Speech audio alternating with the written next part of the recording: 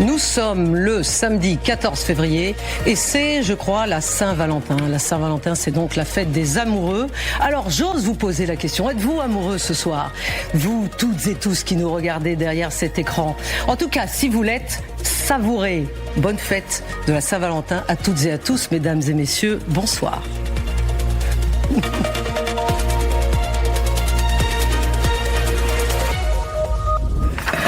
Ce soir, sur notre plateau, j'accueille Aurélien Duchesne. Bonsoir Aurélien, vous êtes consultant géopolitique et défense. Merci d'être avec nous.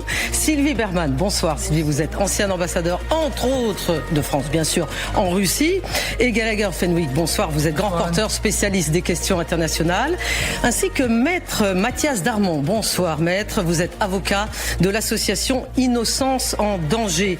Parce que oui, il y a du nouveau sur l'affaire Epstein, après la publication aux États-Unis de plus de 3 millions de documents issus de ce fameux dossier Epstein, le parquet de Paris a désigné des magistrats français pour analyser justement d'éventuelles infractions qui seraient liées à des citoyens français. Et on va aller tout de suite dans le détail. Mais quel est le but, maître? C'est donc de révéler l'implication potentielle de ressortissants français qui auraient commis des infractions à caractère sexuel ou financier? Oui, bon, déjà le mot c'est enfin. Il était enfin temps que le parquet de Paris se saisisse du dossier. Ça fait des jours, des semaines qu'on attend, même des années pour l'association Innocence en danger. Pour vous, c'est très tard, ça arrive très tard. Mais êtes-vous satisfait que enfin cela arrive? Oui, il est temps. C'est des magistrats qui sont donc désignés. Est-ce que je suppose que c'est des parquetiers, des procureurs de la République? Des parquetiers. Des procureurs de la République. Oui, d'accord. Qui vont mener l'enquête. Sous quelle forme? Je suppute une enquête préliminaire, peut-être de plusieurs semaines, plusieurs mois, pour ensuite ouvrir éventuellement une information judiciaire avec la saisine de juge d'instruction. C'est ce que nous espérons et je pense que c'est ce que toutes les victimes espèrent. Oui. Alors, autre information importante, justement, suite au non-lieu après le décès en juillet 2023, je crois, de Jean-Luc Brunel, l'agent des mannequins et proche de Jeffrey Epstein, le parquet, justement, va réanalyser intégralement son dossier d'instruction.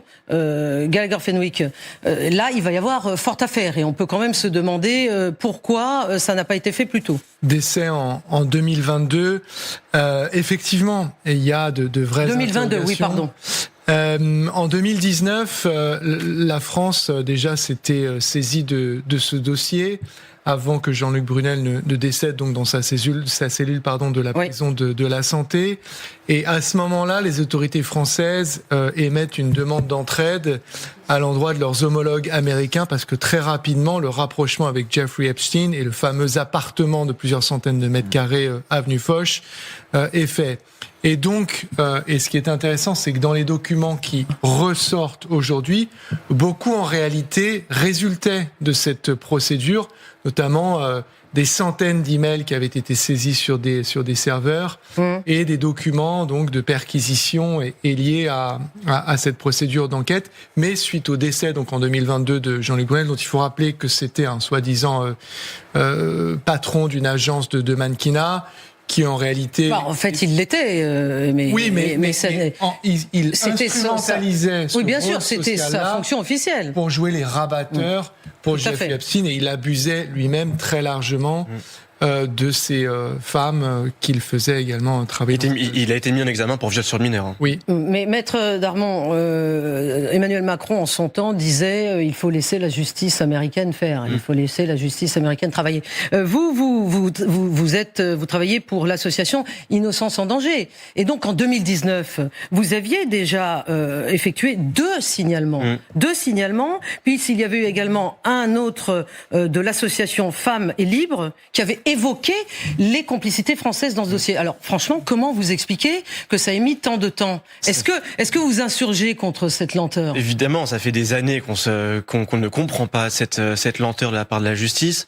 Faut bien comprendre donc que Monsieur Brunel ce suicide en détention.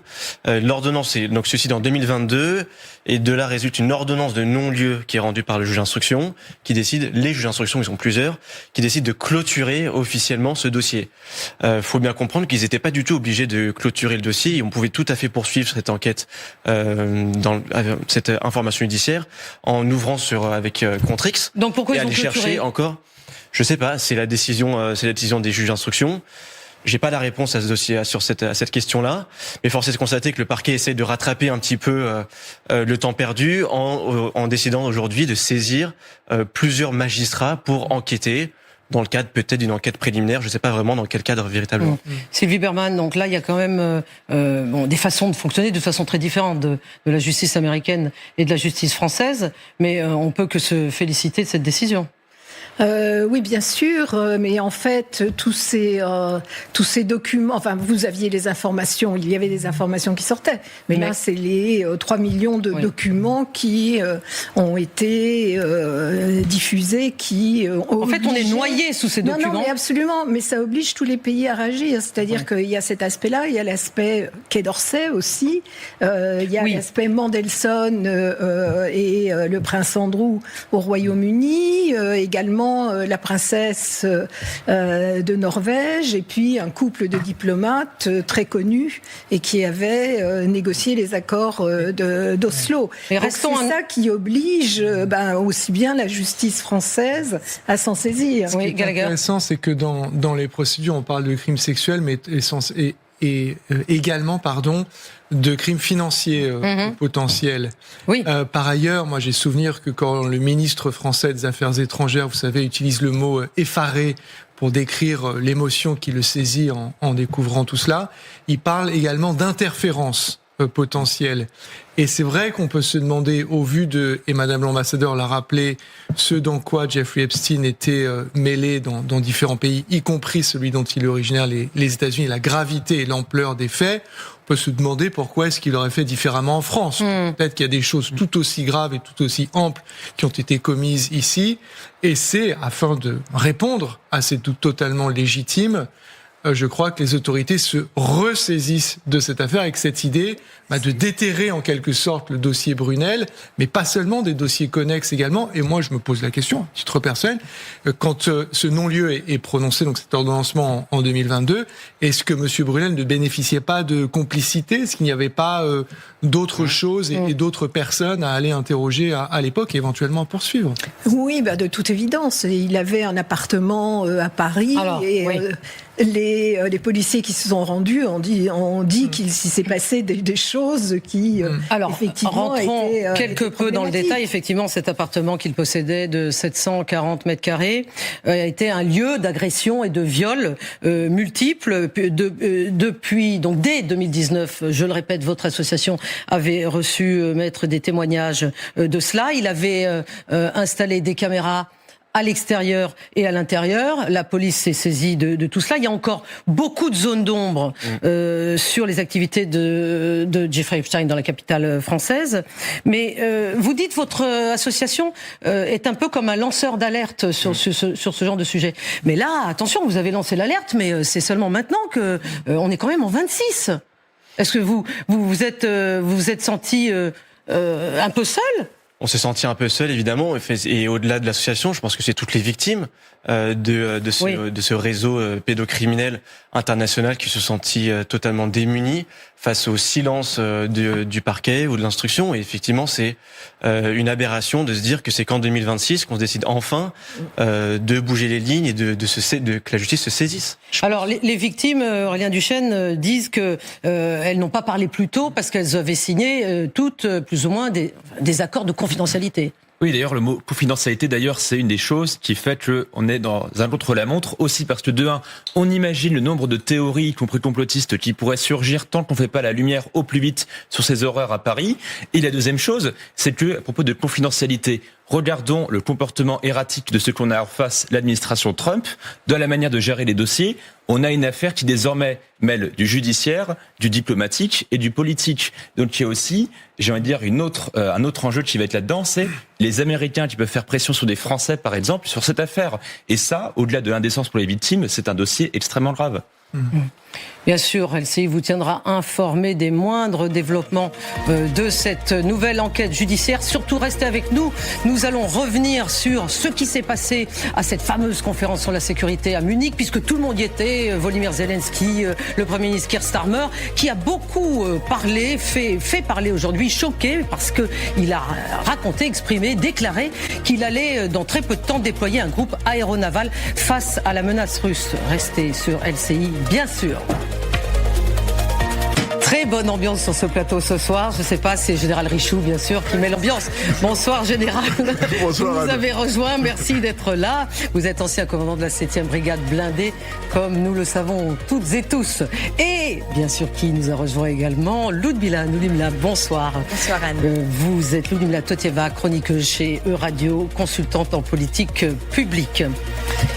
Il y a quasiment 2 ans, jour pour jour, le 16 février 2024, Alexeï Navalny, un militant russe anti-corruption devenu le principal opposant à Vladimir Poutine, est mort dans la colonie pénitentiaire de Kharp, dans la Russie arctique, où il purgeait une peine de 19 ans. Souvenez-vous, il avait été empoisonné en 2020. Il avait été soigné en Allemagne, où il avait d'ailleurs été sauvé, puis il avait pris la décision risquée de rentrer en Russie et il avait été arrêté au moment même de son passage de la frontière. Aujourd'hui, 5 pays, dont la France, affirment que Alexeï Navalny a été empoisonné par une toxine rare présente dans les grenouilles d'Ar de l'Équateur. Écoutons la ministre britannique de l'Intérieur qui nous donne quelques détails.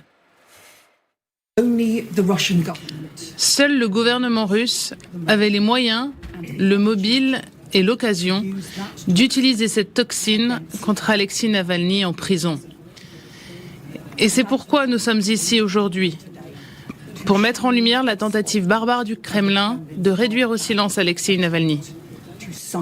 To silence Alexei Navalny's voice.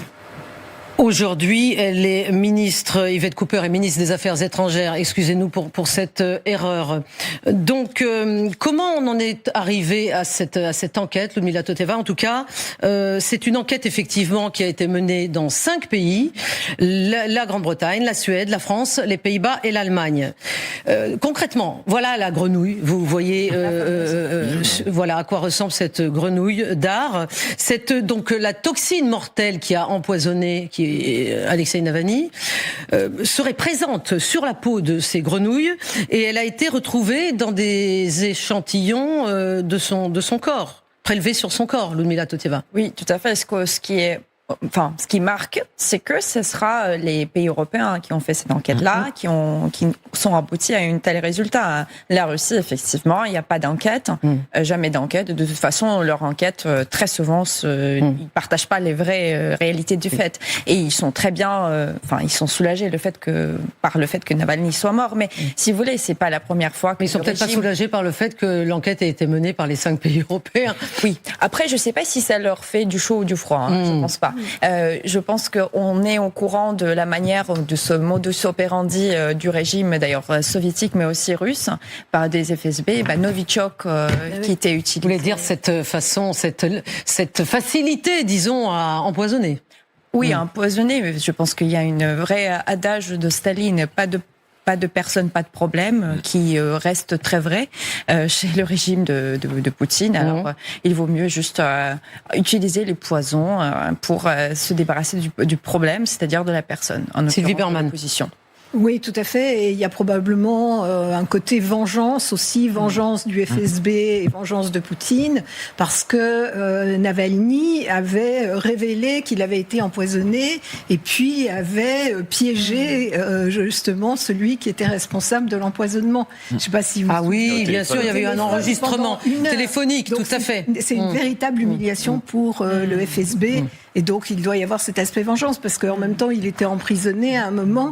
Il ne pouvait plus menacer Poutine pour les élections ou autrement. Et effectivement, le poison, c'est ce qui avait été utilisé pour Skripal, qui avait été empoisonné avec sa fille et avec du Novichok. Donc, à chaque fois, c'est traçable.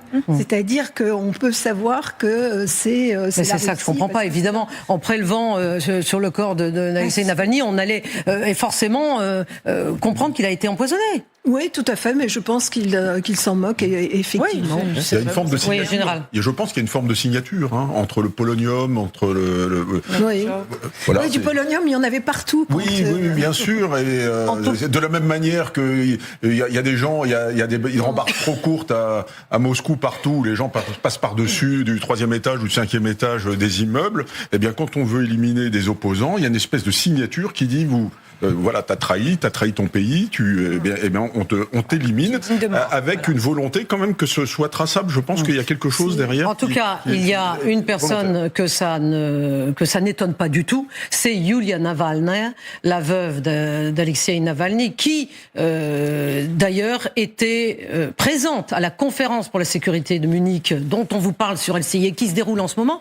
Elle était présente à Munich il y a 2 ans, lorsque l'annonce de la mort de son mari a été faite justement par les autorités pénitentiaires russes. On l'écoute. Il y a 2 ans, j'ai vécu le pire jour de ma vie. C'est ici, à Munich, que j'ai appris la mort de mon mari.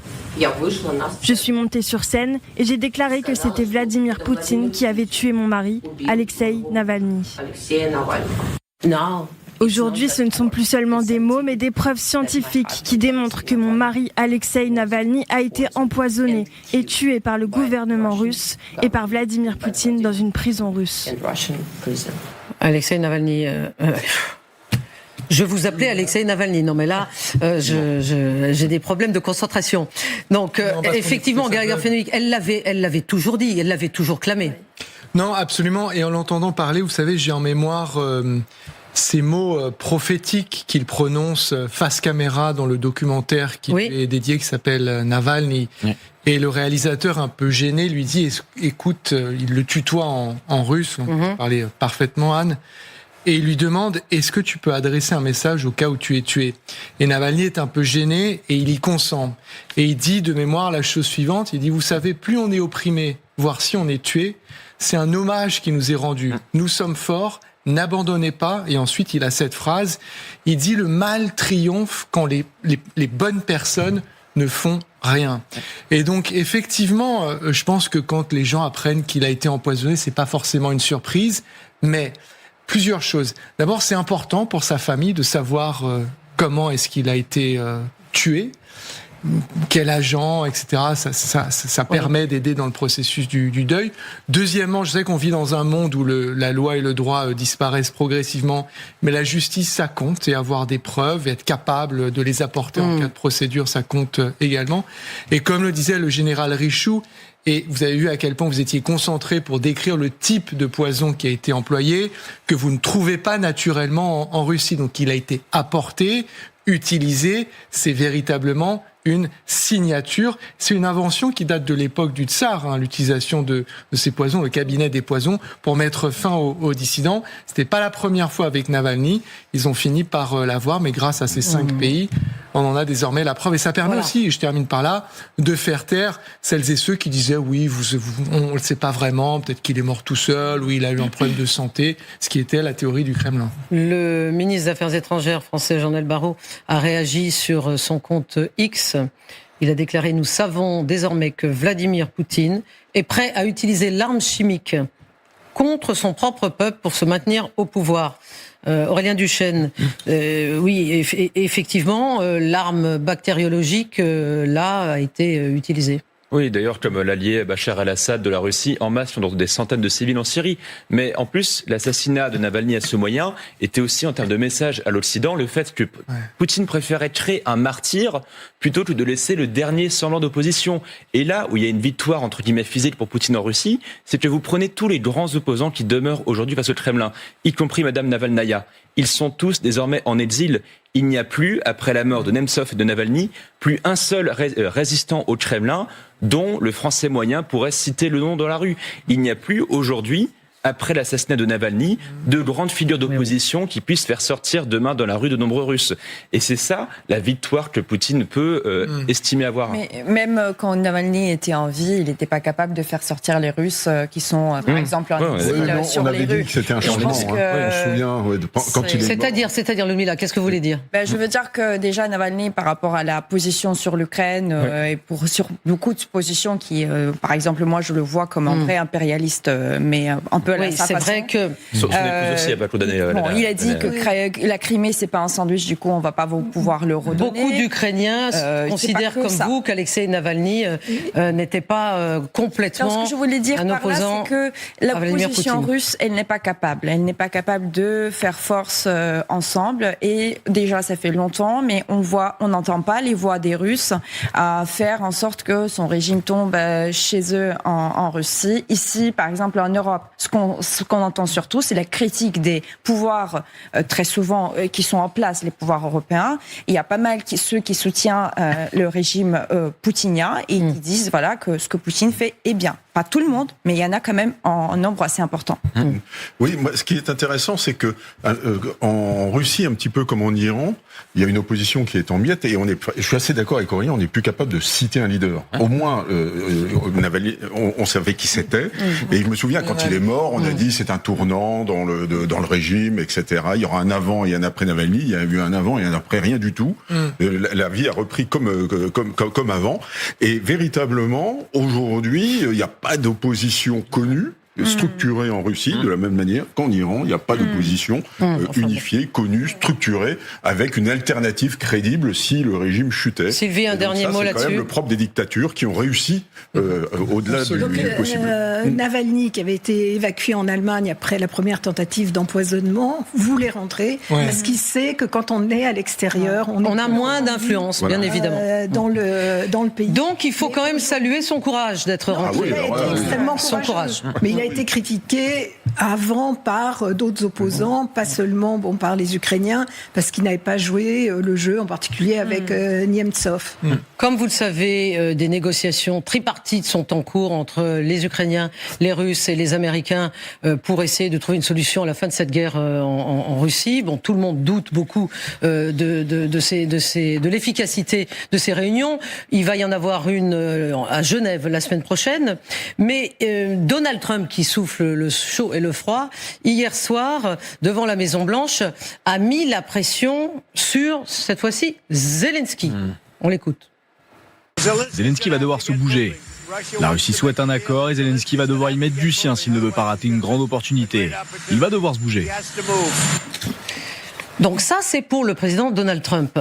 Mais il se trouve que ces propos étaient immédiatement contredits par Matthew Whitaker, qui est l'ambassadeur américain à l'OTAN, et il le contredit véritablement, puisqu'il dit « Je pense que les Ukrainiens sont prêts à conclure dès maintenant un accord raisonnable », et il ajoute « Je ne suis tout simplement pas convaincu que les Russes soient prêts à conclure un accord ou qu'ils le seront un jour. » Donc, Ludmila Totieva, où en est-on, mais si même au plus haut du sommet américain, on se contredit là-dessus. Et Mathieu Whitaker n'était pas le seul, Marco Rubio, en répondant à la question de journaliste justement lors de la donc aujourd'hui à Munich. Il a dit on n'est pas sûr que les Russes veulent conclure les accords, mais ce qu'on veut poursuivre, c'est d'essayer de quand même conclure cet accord. Trump, il a une vraie volonté de repartir sur une sorte de base plus ou moins économique de relations normales avec la Russie.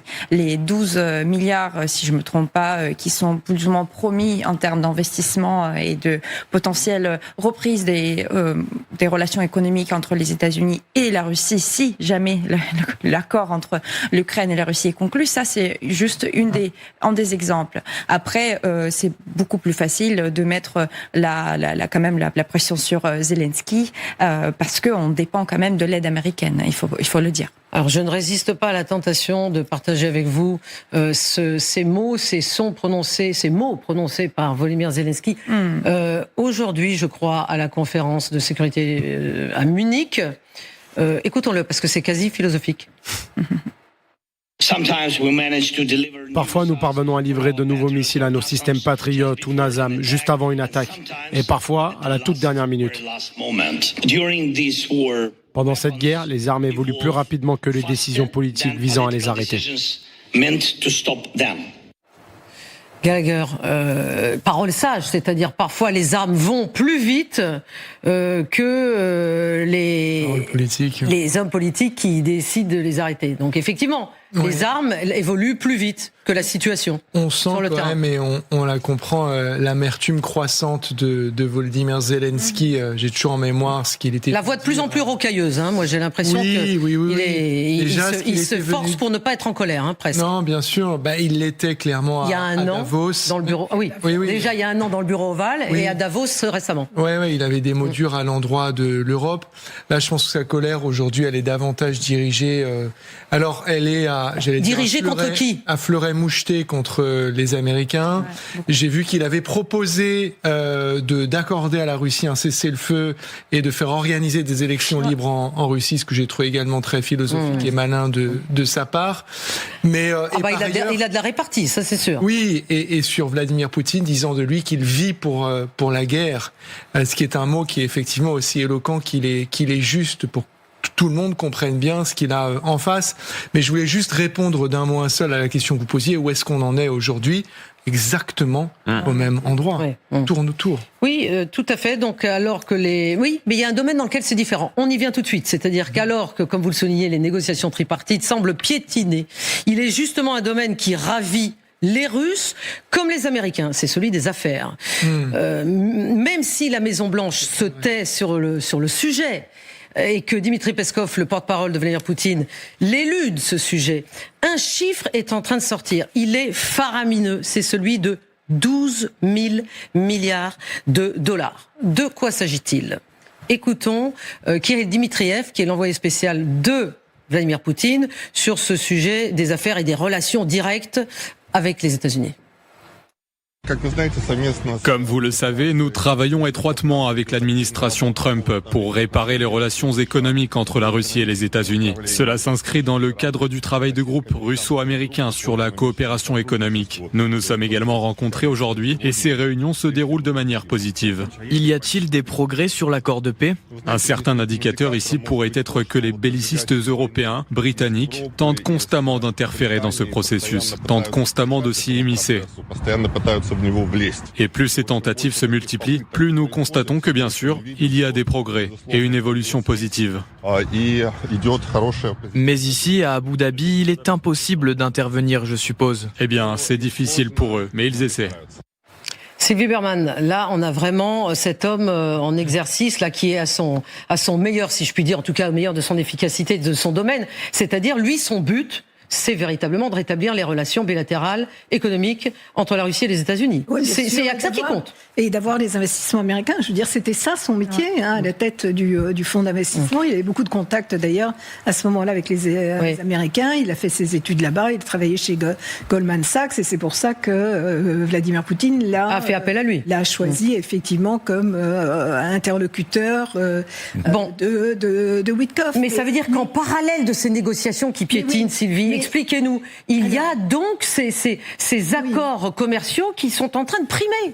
Non mais absolument, c'est là-dessus que Donald Trump pensait qu'il allait séduire Vladimir Poutine, c'est en faisant une offre qui est d'ailleurs sans arrêt améliorée, parce que à chaque fois il y a une vis-à-vis des Russes, il y a une surenchère. Ce qui s'est passé en Corée, et qui paraît clair maintenant, mais qu'il était déjà à l'époque, c'est qu'il y avait en contrepartie d'un accord de paix cet échange sur le plan économique. En Corée, c'était donc l'été dernier. C'était l'été dernier. Oui, mais enfin, il s'est passé du temps depuis. Non, mais en réalité, Trump n'a pas changé d'avis et Poutine non plus d'ailleurs. Mais alors pourquoi ça se fait pas ?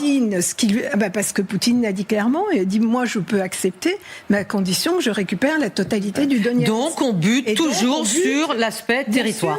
Bien sûr, et c'est inacceptable pour les Ukrainiens, et en même temps, les Russes ne céderont pas tant qu'ils ne l'auront pas. Et comme pour le moment, même s'ils ont beaucoup de mal sur le terrain, ils grignotent de plus en plus, Poutine est convaincu qu'il va gagner.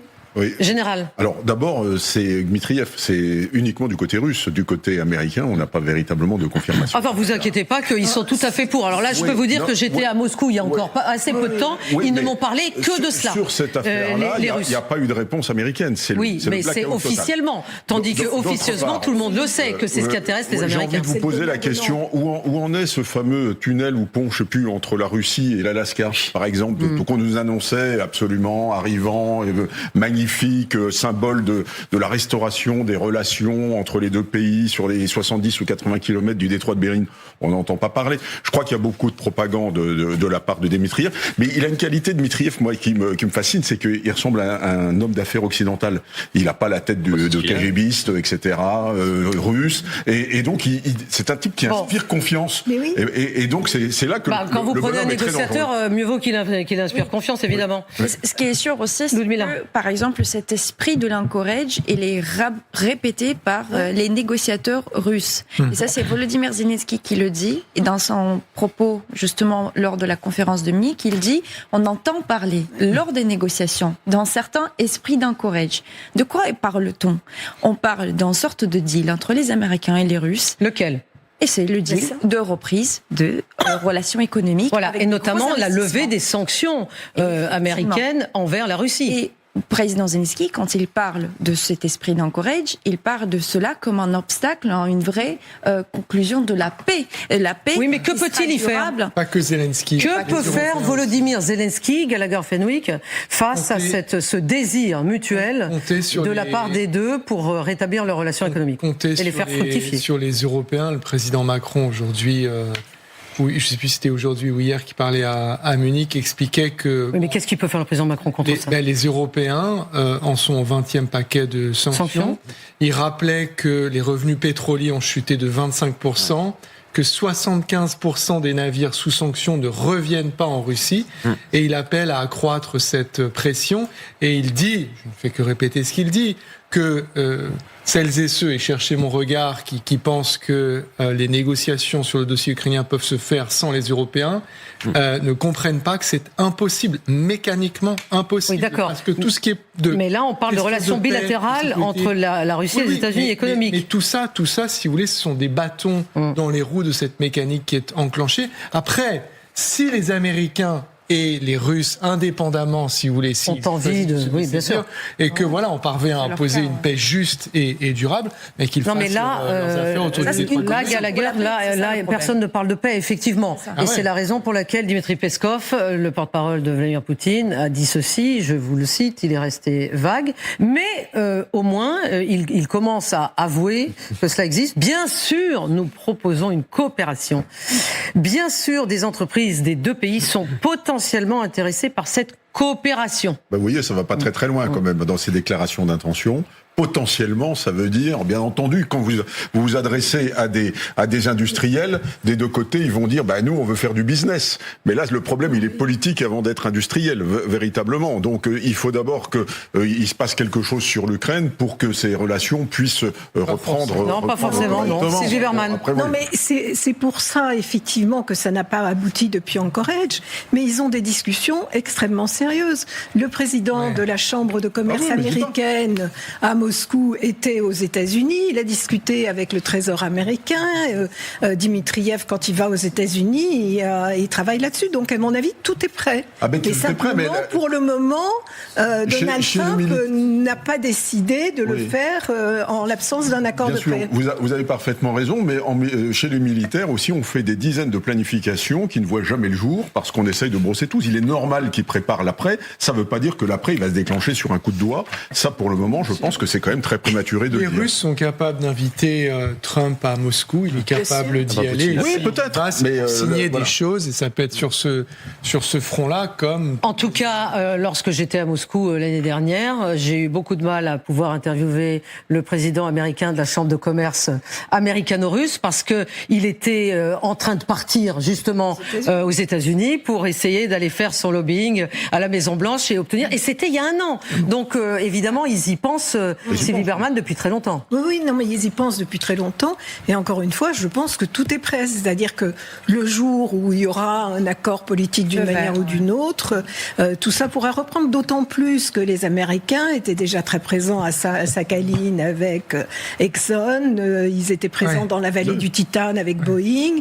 Et donc là, ils ont de nouveaux projets. Mais déjà, c'était les délégations les plus importantes au Forum économique de Saint-Pétersbourg. Ils ont des projets notamment spatiaux avec Elon Musk et SpaceX.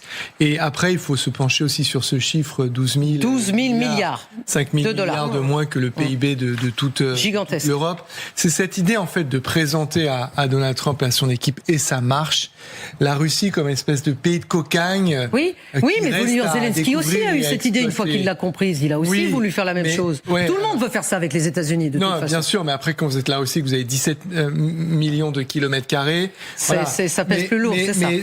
Mais en fait, et ça fonctionne, c'est-à-dire qu'ils ont trouvé un mécanisme qui permet de contourner tout l'appareil américain diplomatico-sécuritaire, et donc de n'avoir pour interlocuteur que des hommes d'affaires. Et d'utiliser et d'exploiter à fond ce canal-là. Alors que la conférence pour la sécurité à Munich, qui a lieu en ce moment même, qui se termine ce soir, a été transformée en un véritable lieu de débat pour tenter de sauver les relations transatlantiques. Aujourd'hui, le Premier ministre britannique frappe fort. Keir Starmer a dit que cette année, la Grande-Bretagne va déployer des forces très concrètes. Où ? Écoutons-le. Je peux annoncer aujourd'hui que le Royaume-Uni déploiera cette année son groupe aéronaval dans l'Atlantique Nord et le Grand Nord, sous le commandement du HMS Prince de Galles, qui opérera aux côtés des États-Unis, du Canada et d'autres alliés de l'OTAN, dans une démonstration forte de notre engagement pour la sécurité euro-atlantique. Général Richoux, pour la sécurité euro-atlantique, c'est-à-dire donc un signal fort ? C'est un signal fort, oui, bien entendu, parce que on a vu les dissensions qu'on a eues sur le Groenland. Or là, le Royaume-Uni montre qu'il s'investit pleinement vers le Grand Nord. Donc là, et un groupe aéronaval, c'est pas les 15 soldats qu'on a. Alors il y aura le Prince etc. of Wales. Donc là, on voit véritablement qu'il y a quelque chose. Et alors là où c'est assez habile, c'est-à-dire qu'on le fait pas en démonstration de force contre les Américains, on le fait avec eux en disant regardez, nous, on est capable de défendre le Groenland, qui est une terre qui appartient à un pays membre de l'Union européenne, européen, et donc on va y aller. Et donc ils déploient. Alors c'est pas des porte-avions, ils ont des porte-aéronefs, c'est-à-dire c'est un petit peu plus limité comme capacité parce que ils décollent sur une rampe. Les Britanniques, c'est un peu plus limité que nos capacités, bien évidemment. Et donc quand on n'a pas de catapulte, on utilise beaucoup de carburant pour décoller et on emporte moins de munitions, et donc on a des capacités forcément opérationnelles. Oui, mais la France va faire de même aussi, déployer. Alors, peut-être oui, il y a le Charles de Gaulle là actuellement est mobilisé pour l'opération. Tout ça, c'est face à la menace russe. C'est face à la menace russe, mais il y a quelque chose aussi qui est face à la menace américaine, parce qu'on les prend au mot, on leur dit chiche, nous on est capable de défendre le Grand Nord et on vous le montre et on projette une force aéronavale. Je crois qu'il y a aussi un message vis-à-vis des Américains. Pour vous, c'est aussi un message vis-à-vis des Américains. Évidemment, puisque les Américains prétendent que le Groenland a été laissé, que les Danois ne s'en occupent pas, que la présence et la menace russe et chinoise et quotidienne, et qu'ils sont seuls à pouvoir le faire. Et bien on leur montre que non, ils sont pas seuls à pouvoir le faire, que les Européens également sont capables de s'engager. La deuxième chose, c'est quand même très intéressant, c'est le retour, je dirais, du Royaume-Uni quand même dans les affaires européennes après le Brexit. C'est ça même le plus intéressant. Là, cette façon d'être le premier, de vouloir le montrer. Voilà, absolument. Et sur le plan de la défense européenne au sens large, ils sont quand même très présents. Et ça, moi, je trouve que c'est une bonne nouvelle parce que c'est une des armées majeures européennes actuellement. Oui, ce qui est aussi intéressant, je pourrais rajouter, c'est que Marco Rubio, dans son speech à la conférence de Munich, il a parlé très fort de messages très subliminal, mais en même temps très direct. C'est partager le fardeau.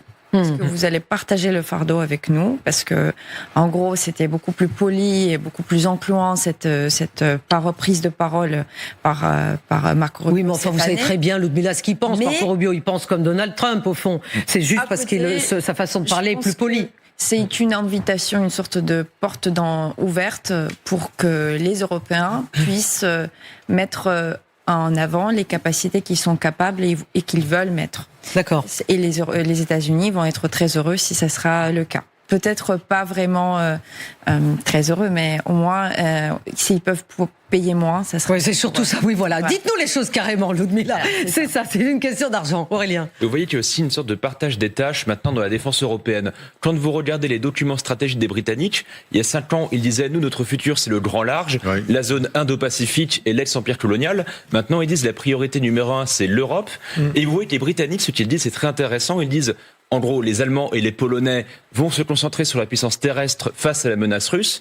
Eh bien, nous, on va se concentrer sur la Royal Navy, sur la projection aérienne. Au fond, les Britanniques font les choix que la France tarde à faire. Ils disent, nous, on va se spécialiser sur l'aéronaval. Là, on est encore, nous, à hésiter à savoir où est-ce qu'on va mettre le plus d'efforts.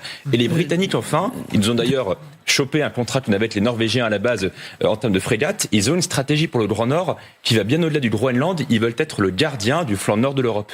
Oui, c'est le choix de leur géographie aussi. Absolument, parce que les Britanniques se plaignaient très souvent d'être confrontés aux sous-marins. Alors le JUC, oui, ils disent effectivement, vous avez raison de le souligner, j'allais l'oublier, plus 30% de passages de sous-marins, de navires russes, dont évidemment les sous-marins, dans les eaux britanniques depuis 2 ans. C'est le ministre de la Défense, voilà, John Healey qui le dit, ces 2 dernières années, le nombre de navires a augmenté de 30% sur ce fameux passage JUC. Donc, qu'est-ce que c'est ? Groenland, Islande, Royaume-Uni. C'est cela, Guerre. En même temps, c'est assez intéressant parce que là, les Britanniques y vont parce que les Américains y sont. Au Groenland, je rappelle qu'ils n'ont envoyé que leur attaché de défense qui était à Copenhague et qui donc était sur son territoire. Oui, vous voulez dire qu'ils ont fait le service minimum, c'est ça que vous nous dites. De façon diplomatique, Sylvie. Ils veulent pas. On les comprend. Hein. Ils ont passé leur vie avec cette relation spéciale avec Washington. Aujourd'hui, tout ça se détricote, mais ils ont quand même du mal à lâcher les Américains. Ouais. Concernant le rapport de l'Europe aux États-Unis, parce que c'est quand même bien ça le sujet principal de ce qui a été débattu à Munich, même si Ludmilla a eu raison de dire que le ton était beaucoup plus polissé que l'année dernière quand J.D. Vance avait pétrifié toute la salle. Aujourd'hui, donc Keir Starmer, le Premier ministre britannique, il est justement ni dans la veine de Friedrich Merz qui hier disait que Vance avait raison en parlant du fossé culturel entre les États-Unis et l'Europe, ni dans celle d'Emmanuel Macron qui hier également affirmait, lui, Emmanuel Macron, que l'Europe est un modèle. Voilà ce qu'a nuancé et la pierre qu'a apporté Keir Starmer aujourd'hui. À mon sens, l'Europe est un géant endormi. Nos économies dépassent celles de la Russie de plus de 10 fois. Nous disposons d'énormes capacités de défense. Plutôt que de prétendre que nous pouvons simplement remplacer toutes les capacités américaines, nous devrions nous concentrer sur la diversification et la réduction de certaines dépendances. Nous devrions réaliser des investissements générationnels qui nous font passer d'une surdépendance à une interdépendance. Bon, vous avez entendu la nuance, extraordinaire. Général Richoux, passer d'une surdépendance, c'est-à-dire laisser ça derrière nous et aller vers une interdépendance. Oui. Ben là, vis-à-vis des Américains, bien sûr. Il est quand même un petit peu gêné parce qu'ils ont quand même commandé 114 F-35. Donc, vous voyez, en matière de... Donc, vous voulez dire qu'ils sont encore dans la superdépendance? Ils sont encore dans la superdépendance. Et d'ailleurs, ils sont même pas de l'autonomie complète en matière nucléaire, puisque les vecteurs, pas l'arme nucléaire, mais les vecteurs qu'ils lancent sont de fabrication américaine. Mais ils l'auront jamais. Et donc, ils n'auront pas Bon, donc, qu'est-ce qu'il veut dire? Il veut dire, on sait pas trop, en fait, parce que il a raison sur le constat. J'aime bien vous faire des explications. Non, mais il a raison sur le constat parce qu'il y a les 2/3 des armements européens qui sont fournis par les États-Unis. Donc c'est beaucoup trop. Mais bon, en tout cas, moi je vais vous dire que en même temps, on ne prend pas le chemin de sortir de l'interdépendance. Et on voit bien même la querelle sur le SCAF, sur l'avion du futur. Ah oui, mais ça c'est autre chose. Ça c'est franco-allemand. C'est pas une autre chose. C'est le seul projet européen qui existe véritablement aujourd'hui, et il est au bord de l'échec. Enfin, un des seuls de cette taille-là, en tout cas. Mais Aurélien Duchesne, est-ce que justement Keir Starmer ne plaide pas plutôt tout simplement pour sa paroisse? C'est-à-dire que lui, ce qu'il veut, c'est qu'il y ait davantage d'industriels britanniques dans la coopération européenne en matière de défense, d'armement. Bien sûr, y compris dans des fonds européens pour lesquels la France s'oppose à ce que le Royaume-Uni y participe, dans l'idée que les Britanniques ne contribuent pas pour l'instant à ça et qu'on ne va pas acheter de l'armement britannique avec l'argent européen. Mais ça, s'agissant de l'interdépendance et du rôle de l'industrie britannique dans les coopérations avec les Américains. Eh bien, prenons un exemple qui a beaucoup fait parler en France, l'affaire AUKUS. Des sous-marins. Les Britanniques ont poussé les Australiens à nous poignarder dans le dos et à rejoindre ce pacte tripartite avec les Américains. Mais les Britanniques se sont fait rouler dans la farine par les Américains qui ont promis quoi aux Britanniques? Eh bien, le mot que vous avez cité, interdépendance. Les Américains ont promis aux Britanniques un partage des tâches. 2 ans plus tard, Boris Johnson est obligé d'avouer devant la Chambre des communes que les Américains vont récupérer l'essentiel du boulot et que les Britanniques, en réalité, perdent à peu près tout dans le programme AUKUS. Et que les Australiens n'auront jamais... Ah oui, bah ça, les grands perdants sont les Australiens, finalement. Et bim pour la perfide Albion. Non, mais je pense que le terme qui a été employé par le président français également et qui est très élégant en ce moment, c'est cette idée de dérisquer, pour éviter de dire découpler qui fâche. Donc ça veut dire bravo pour l'analyse de texte. On ne rompt pas, donc on assume une connexion qui perdure, mais on va en diminuer l'épaisseur et l'intensité.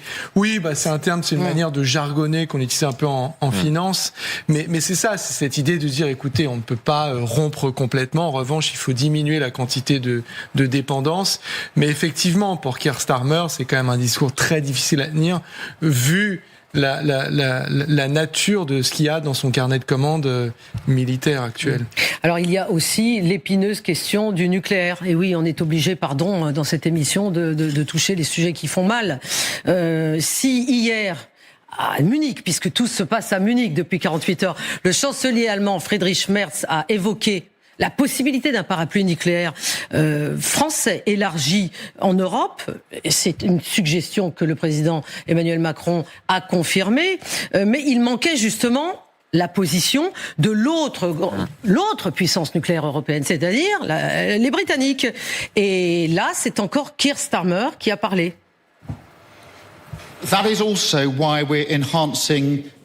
C'est aussi pourquoi nous améliorons notre collaboration nucléaire avec la France. Pendant des dizaines d'années, le Royaume-Uni fut la seule force nucléaire en Europe à mettre à disposition ses armes afin de défendre ses alliés de l'OTAN. Mais maintenant, chaque adversaire doit savoir qu'en cas de crise, il ferait face à nos forces combinées. Alors, pardonnez-moi, mais j'étais en train de me dire que, évidemment, nous partagions ce soir beaucoup de sons, donc de paroles émises par le Premier ministre britannique. Mais n'est-il pas un petit peu dans une situation problématique par rapport au dossier Epstein, le Premier ministre britannique? On a l'impression que son chef de cabinet a démissionné, Gallagher Fenwick. Peut-être qu'il est plutôt bien content, tout d'un coup, d'avoir tous ces sujets, et pas des moindres, parce qu'il faut qu'on commente ce qu'il a dit sur le nucléaire à traiter. Bien sûr. Après, il faut savoir qu'il a dit tout récemment que il avait un mandat, qu'il allait aller au bout et que les Britanniques lui ont donné une mission. Il représente quand même une rupture assez importante avec 15 années successives de conservatisme et ça a été une manière pour le peuple britannique de tourner véritablement la page du Brexit. Et d'ailleurs, ce qui est intéressant, c'est que Keir Starmer, quand il s'exprime en européen. C'est ça qui est absolument fascinant. Et quand il se fait prendre en photo aujourd'hui à côté du chancelier Merz et du président français, il y a le drapeau européen. Oui, alors qu'on oublie pratiquement le Brexit. Mais par contre, juste très rapidement, pour il veut nous faire oublier Epstein, c'est que effectivement, si Keir Starmer se sent obligé de prononcer ses paroles sur ce mandat, son désir de continuer sur ce chemin, etc., c'est parce qu'il sait qu'il est extrêmement fragilisé, il est très impopulaire actuellement, donc il est possible qu'effectivement il finisse par chuter. Bon, Nicolas Richoux, en tout cas, mais aidez-nous à comprendre quand même ce qu'il a dit. Il dit que la puissance britannique est la seule puissance à avoir engagé sa force de dissuasion pour protéger les membres de l'OTAN. Européenne, hein, parce qu'il y avait déjà les Américains. Mais alors, oui, c'est assez vrai, parce que nous... c'est vrai ou c'est vrai? C'est vrai, puisque la France avait sa propre force de dissuasion qu'elle n'a jamais mis... donc en gros, c'est quand même un petit coup à la France, là, qui nous met en disant ça. Oui et non, c'est parce que nous, notre doctrine, elle était claire. On l'a parfaitement assumée. On n'a pas joué l'ambiguïté là-dessus. Le général de Gaulle est sorti de la structure intégrée en 66, il en est sorti, on n'est pas sorti de l'OTAN, mais il a toujours été dit que le nucléaire nous appartenait, et il est à nous, et on l'utilise quand on veut, contre qui on veut, et voilà, etc. Donc je crois que c'est assez clair. Là, ce qui est intéressant, c'est que il couple les deux puissances nucléaires européennes qui, en quelque sorte, dans ce que je comprends dans ce qu'il dit, ferait un parapluie européen qui protégerait effectivement, en cas de faillite américaine, qui protégerait effectivement l'Europe complète, et y compris l'Union européenne. D'aucuns en doutent complètement, et parmi ces personnes, vous ne serez pas étonnés d'entendre le nom de Mark Rutte, bien sûr, Mark Rutte, le secrétaire général de l'OTAN, qui dit ceci: je pense que toutes les discussions en Europe visant à renforcer collectivement la dissuasion nucléaire sont louables, donc là il est poli, mais personne en Europe ne cherche à remplacer le parapluie nucléaire des États-Unis, Aurélien Duchesne.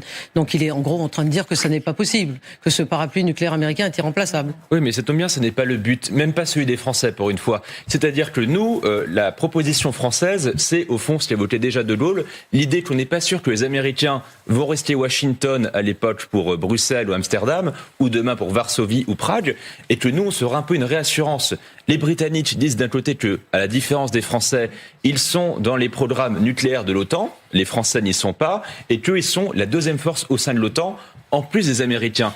Et la force des Français, c'est de dire, nous, on est carrément extérieur à l'OTAN sur ça, on est totalement souverain, on est une assurance complémentaire aux Américains, mais évidemment que les Français ne seront jamais audibles si on dit on va remplacer les Américains. La preuve, si à tout hasard, dans un an, il y a une alternance présidentielle et qu'on a un nouveau président qui dit la dissuasion nucléaire européenne, je reviens totalement en arrière, personne ne croit à la France. Donc on ne veut pas remplacer les Américains, mais être complémentaire et une réassurance.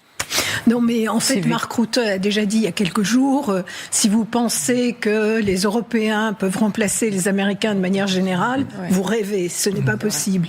Et lui, c'est aussi sa raison d'être. Il risque de perdre son job si, effectivement, l'OTAN perd son rôle. Oui, mais en même temps, on dit aussi, et c'est un peu la réalité des choses, c'est que le mécanisme Pearl qui permet aujourd'hui d'avoir des armements qui servent à l'Ukraine pour se protéger, pour déjà protéger ce front européen qu'elle tient, c'est le mécanisme qui permet de acheter le matériel américain avec de l'argent européen. C'est-à-dire que il y a là la dépendance. Déjà, il ne faut pas aller chercher très loin, mais aujourd'hui, on a une guerre conventionnelle sur le sol européen. L'Ukraine, elle fait tout ce qu'elle peut, mais c'est vrai que la question de la rapidité du temps, elle est primordiale, et c'est ce que le président Zelensky a souligné lors de ses propos à la conférence de Munich. C'est-à-dire qu'il y a une dépendance qui en fait. Qu'est-ce qu'on en fait et qu'est-ce qu'on a déjà fait de ça pendant 4 ans? Il y a des choses qui commencent à des coproductions de drones, des productions des armements qui sont beaucoup plus adaptés à la guerre d'aujourd'hui parce qu'il y a le retour d'expérience ukrainien avec des Européens. Oui. Et d'ailleurs, c'est important, je trouve que là, il faudra commencer potentiellement à parler, et c'est vers quoi nous amène le président Zelensky, c'est que l'Ukraine devrait faire une partie intégrante de la sécurité européenne, de cette architecture nouvelle. Et c'est-à-dire que nous, notre expérience, ce qu'on a, on peut apporter, et ça peut renforcer l'Europe beaucoup plus, des fois, que ce qu'on pourrait imaginer. Certes, le nucléaire, il a sa place, mais je veux dire qu'il y a une guerre conventionnelle, il faut savoir faire face à ces menaces-là. On vous a entendu, Ludmila Totieva. Passons maintenant à une autre région du globe en grande tension, le Moyen-Orient. À propos de la situation en Iran, on peut se poser cette question, et si tout le monde s'était trompé? Et si, en pensant que Donald Trump allait vouloir frapper fort et brièvement, alors que dans la réalité, il n'a pas encore pris sa décision, on avait tout faux. Et si, au contraire, les États-Unis se préparaient à une offensive de grande ampleur pour neutraliser, entre autres, le système de missiles balistiques iranien, ce qui expliquerait d'ailleurs ces longs préparatifs. Accueillons sur ce plateau Didier Idjadi. Didier Idjadi, approchez-vous, bonsoir. Vous êtes exilé iranien, vous êtes sociologue, universitaire, réfugié politique ici en France. Écoutons Donald Trump, ce que Donald Trump a dit hier soir. Donc les derniers propos de Donald Trump sur ce sujet, où il est encore reparti dans un autre état d'esprit. L'Amérique gagne à nouveau. L'Amérique est à nouveau respectée. Et plus important encore peut-être, nous sommes craints par nos ennemis du monde entier. Ils nous craignent et, vous savez, je n'aime pas utiliser le mot crainte, mais parfois, il faut avoir peur, car c'est la seule chose qui permettra de régler la situation. Nous sommes actuellement dans une situation où nous avons déployé un important groupe aéronaval en Iran. J'aimerais voir si nous pouvons parvenir à un accord. Ils se sont montrés difficiles à convaincre. Je pensais que nous aurions conclu un accord la dernière fois. Ils l'auraient souhaité et c'est là que nous l'avons fait. Midnight Hammer. Concrètement, Donald Trump avance sur plusieurs fronts à la fois et il a ordonné, on le sait maintenant, le déploiement d'un second porte-avions, le plus grand du monde, le USS Ford, en renfort du Lincoln, qui est déjà sur place. Or, d'ailleurs, il s'avère que ce porte-avions a subi encore quelques problèmes. C'est ce porte-avions qui a participé à l'attaque contre Maduro à Caracas le 3 janvier. Or, il devait rentrer en cale sèche en Virginie, début mars, et c'est jeudi que justement ceux qui résident, enfin ceux qui y travaillent ont reçu l'ordre de changer de cap.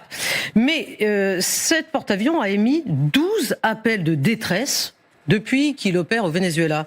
Alors, ne riez pas, mais il s'agit de pannes très fréquentes, récurrentes même, de sanitaires. Général Richoux, vous allez nous expliquer, dû à une conception défaillante. Oui. Concrètement, c'est le système de collecte des eaux usées par aspiration qui est sous-dimensionné dans ce porte-avions le plus grand du monde. Ce que je peux vous dire, c'est qu'il y a 4500 personnes à bord. Voilà. Et donc, quand les toilettes ne fonctionnent pas, vous imaginez que comme ça peut devenir un enfer assez rapidement. Voilà. Alors moi, je ne suis pas technicien, je peux pas me prononcer sur le système sous-dimensionné, obsolète, qui a été mis en place. Mais vous voyez qu'un détail qui n'en est pas un peut en tout paralyser cas, ça n'a pas empêché qu'on le déploie vers le Moyen-Orient.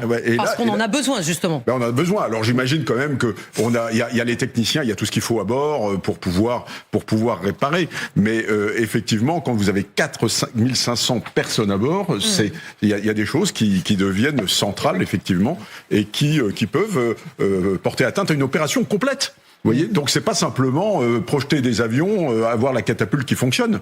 Il faut que tout fonctionne, sinon, ça devient un tas de ferraille en fait. Alors plus sérieusement, le ministre de la Défense américain est en train de reconstituer ses stocks de bombes GBU-57. Vous vous souvenez bien évidemment la fameuse méga bombe américaine Gallagher Fenwick, celle-là même qui avait été utilisée en juin dernier dans l'opération Midnight Hammer. Selon des documents de l'US Air Force, la compagnie Boeing a été sollicitée pour reconstituer ces fameux stocks de cette bombe. Alors rappelons les caractéristiques de cette bombe. 13 tonnes, voilà, ce sont les B2 Spirit qui effectivement la portent.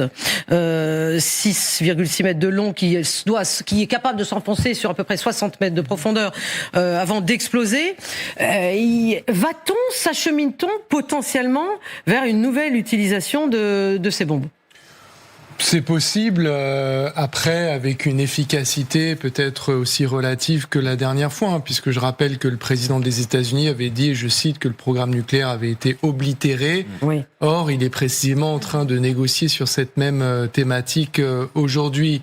À l'époque, Donald Trump voulait un symbole très très fort, et cette bombe en était l'incarnation, puisqu'il faut rappeler, parmi les caractéristiques que vous avez énumérées, que c'est tout simplement la bombe conventionnelle la plus puissante au monde. Alors c'est pas 13 tonnes d'explosifs, c'est quelques centaines de kilos de charge utile, mais néanmoins ça lui donne une capacité de perforation du fait de la technologie qui est utilisée. avec une première charge et ensuite une deuxième juste derrière, donc une première tête creuse. Mais effectivement, les États-Unis n'en ont pas un stock infini, ils en ont largué 14. Donc le souci, c'est de reconstituer le stock. Oui, mais pas que. De toute façon. Pas que de la GBU. Ils avaient utilisé une part considérable également de leurs missiles intercepteurs lors de cette fameuse guerre des 12 jours, notamment pour aider Israël à se défendre via les systèmes THAAD, qui sont les systèmes de très haute altitude, et le système Patriot. Donc, et c'était la raison aussi pour laquelle les Israéliens avaient appelé Donald Trump et les autorités américaines à temporiser un petit peu leur mouvement sur l'Iran, parce qu'ils estimaient, et à juste titre, que les Américains n'étaient pas du tout prêts.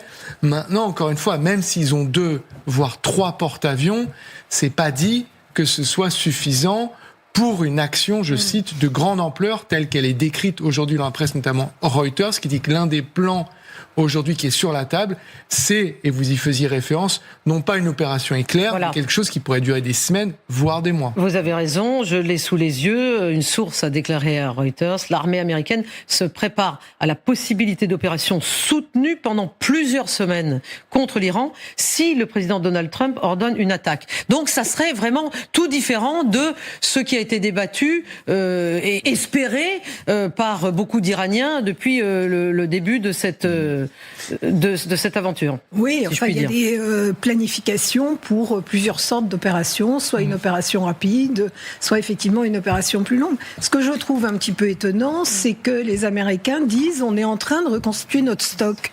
Je trouve que c'est pas très dissuasif vis-à-vis des Iraniens. Dire on en manque, on va, et ils vont pas le faire en 15 jours.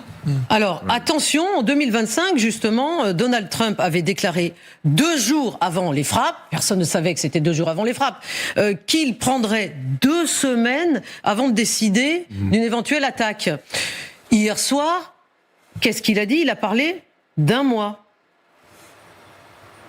Y a-t-il un calendrier pour cet accord, monsieur ?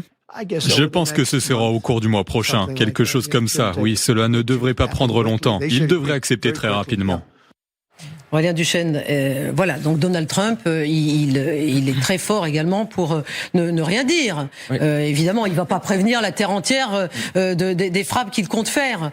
Donc, est-ce que ce flou savamment gardé veut dire que finalement ça va arriver bientôt et d'une façon différente de ce qu'on escomptait? Oui, il cultive l'ambiguïté. Après, l'armada qu'il a déjà amassée est déjà suffisante pour des frappes massives, parce qu'elle cumule 3 choses. Il y a d'une part non seulement une flotte où il peut envoyer par exemple des bombardiers F-15 Strike Eagle pour des frappes au sol, potentiellement des sous-marins de classe Ohio qui peuvent lancer des missiles de croisière navale. Oui, ils étaient là présents aussi en 2025. Voilà, absolument, et également toute la flotte d'avions qu'ils ont déployée sur la base d'Al-Udeid. Ils ont déjà de quoi frapper cette nuit. Oui, mais massivement. Visiblement, ça n'est pas suffisant. Pas suffisant, effectivement, pour des opérations prolongées. Peut-être qu'ils se donnent les moyens au cas où l'option de frappe massive, laquelle ne renversera pas le régime, elle pourra peut-être venger a posteriori. On va y venir, renverser le régime. Il était censé sauver, je rappelle, il y a 1 mois. Trump qui avait quand même encouragé les Iraniens à descendre de la rue. L'aide arrive, ça fait 1 mois qu'elle arrive, l'aide. Oui. Général Richoux, donc vous êtes convaincu que ça n'est pas suffisant? Non, ça n'est pas suffisant. Et puis ensuite, si on veut quelque chose de prolongé, il faut des stocks énormes. Alors il y a un pont aérien, mais enfin c'est avion par avion. Et puis il faut une logistique absolument considérable pour pouvoir tenir. Je rappelle qu'aujourd'hui, il y a quand même un seul porte-avions qui est là. Si vous-même le Ford rejoint, c'est 15 jours, 3 semaines. Avec ses difficultés, c'est 15 jours, 3 semaines. De l'autre côté, vous avez le Roosevelt qui était encore au large de San Diego. Il va lui falloir au moins aussi 3 semaines. Donc ça serait un 3e porte-avions. Et ça serait un 3e porte-avions. Ça veut dire que s'ils veulent renforcer leur capacité, eh bien, ça sera pas fait demain matin. Donc ils ont effectivement d'autres moyens. Mais la véritable question, c'est combien de temps, à des milliers de kilomètres de ces bases, est-on capable de tirer pour combien de temps sur ce pays-là et d'entretenir un feu aérien continu. Et ça, à mon avis, je suis pas persuadé que ce qui est amassé au large du détroit d'Ormuz soit suffisant actuellement, oui. Sylvie Berman. Non, mais il y a un autre aspect. Il parle d'1 mois, mais 1 mois, ça correspond au Ramadan qui va commencer très bientôt. Aussi, oui, vous avez raison. Il ne voudra peut-être pas frapper pendant cette période-là. Didier Djadi. Écoutez, certainement il y a des aléas, certainement il y a des faiblesses par rapport au système de défense. Comment se protéger face aux missiles donc iraniens là, à la fois pour l'intérêt donc d'Israël, mais également donc les bases américaines et des alliés dans la région. Mais néanmoins, je pense que tout ce que les Américains ils ont fait, c'est de renforcer progressivement leur arsenal dans la région là. Systématiquement, on avance encore à un niveau de renversement renforcement sans précédent. Et que moi, je pense que, et malgré l'aspect flou dans la stratégie ou dans la communication de guerre, disons, du président américain, eh bien, on va vers la guerre, vers des frappes ciblées par les Américains. Peut-être que c'est pas aussi courte que la guerre. Vous, personnellement, c'est ce que vous souhaitez? Moi, à la fois, c'est un avis personnel, mais également beaucoup d'Iraniens, également ceux qui sont en Iran, mais ceux qui sont également à l'étranger, ils souhaitent absolument à ce qu'il y ait ces frappes-là. C'est parce que il y a un problème simple, si vous voulez. Avec ce régime en place en Iran, que faire? Les Iraniens, qu'est-ce qu'ils doivent faire? Et le monde entier, je dis bien, à la fois la région, mais également ici, nous, en Europe, est-ce qu'on n'est pas concerné par les nuisances systématiques et le terrorisme de ce régime-là? Donc, si vous voulez, la racine du mal, c'est dans le régime totalitaire islamiste en Iran, si vous voulez là.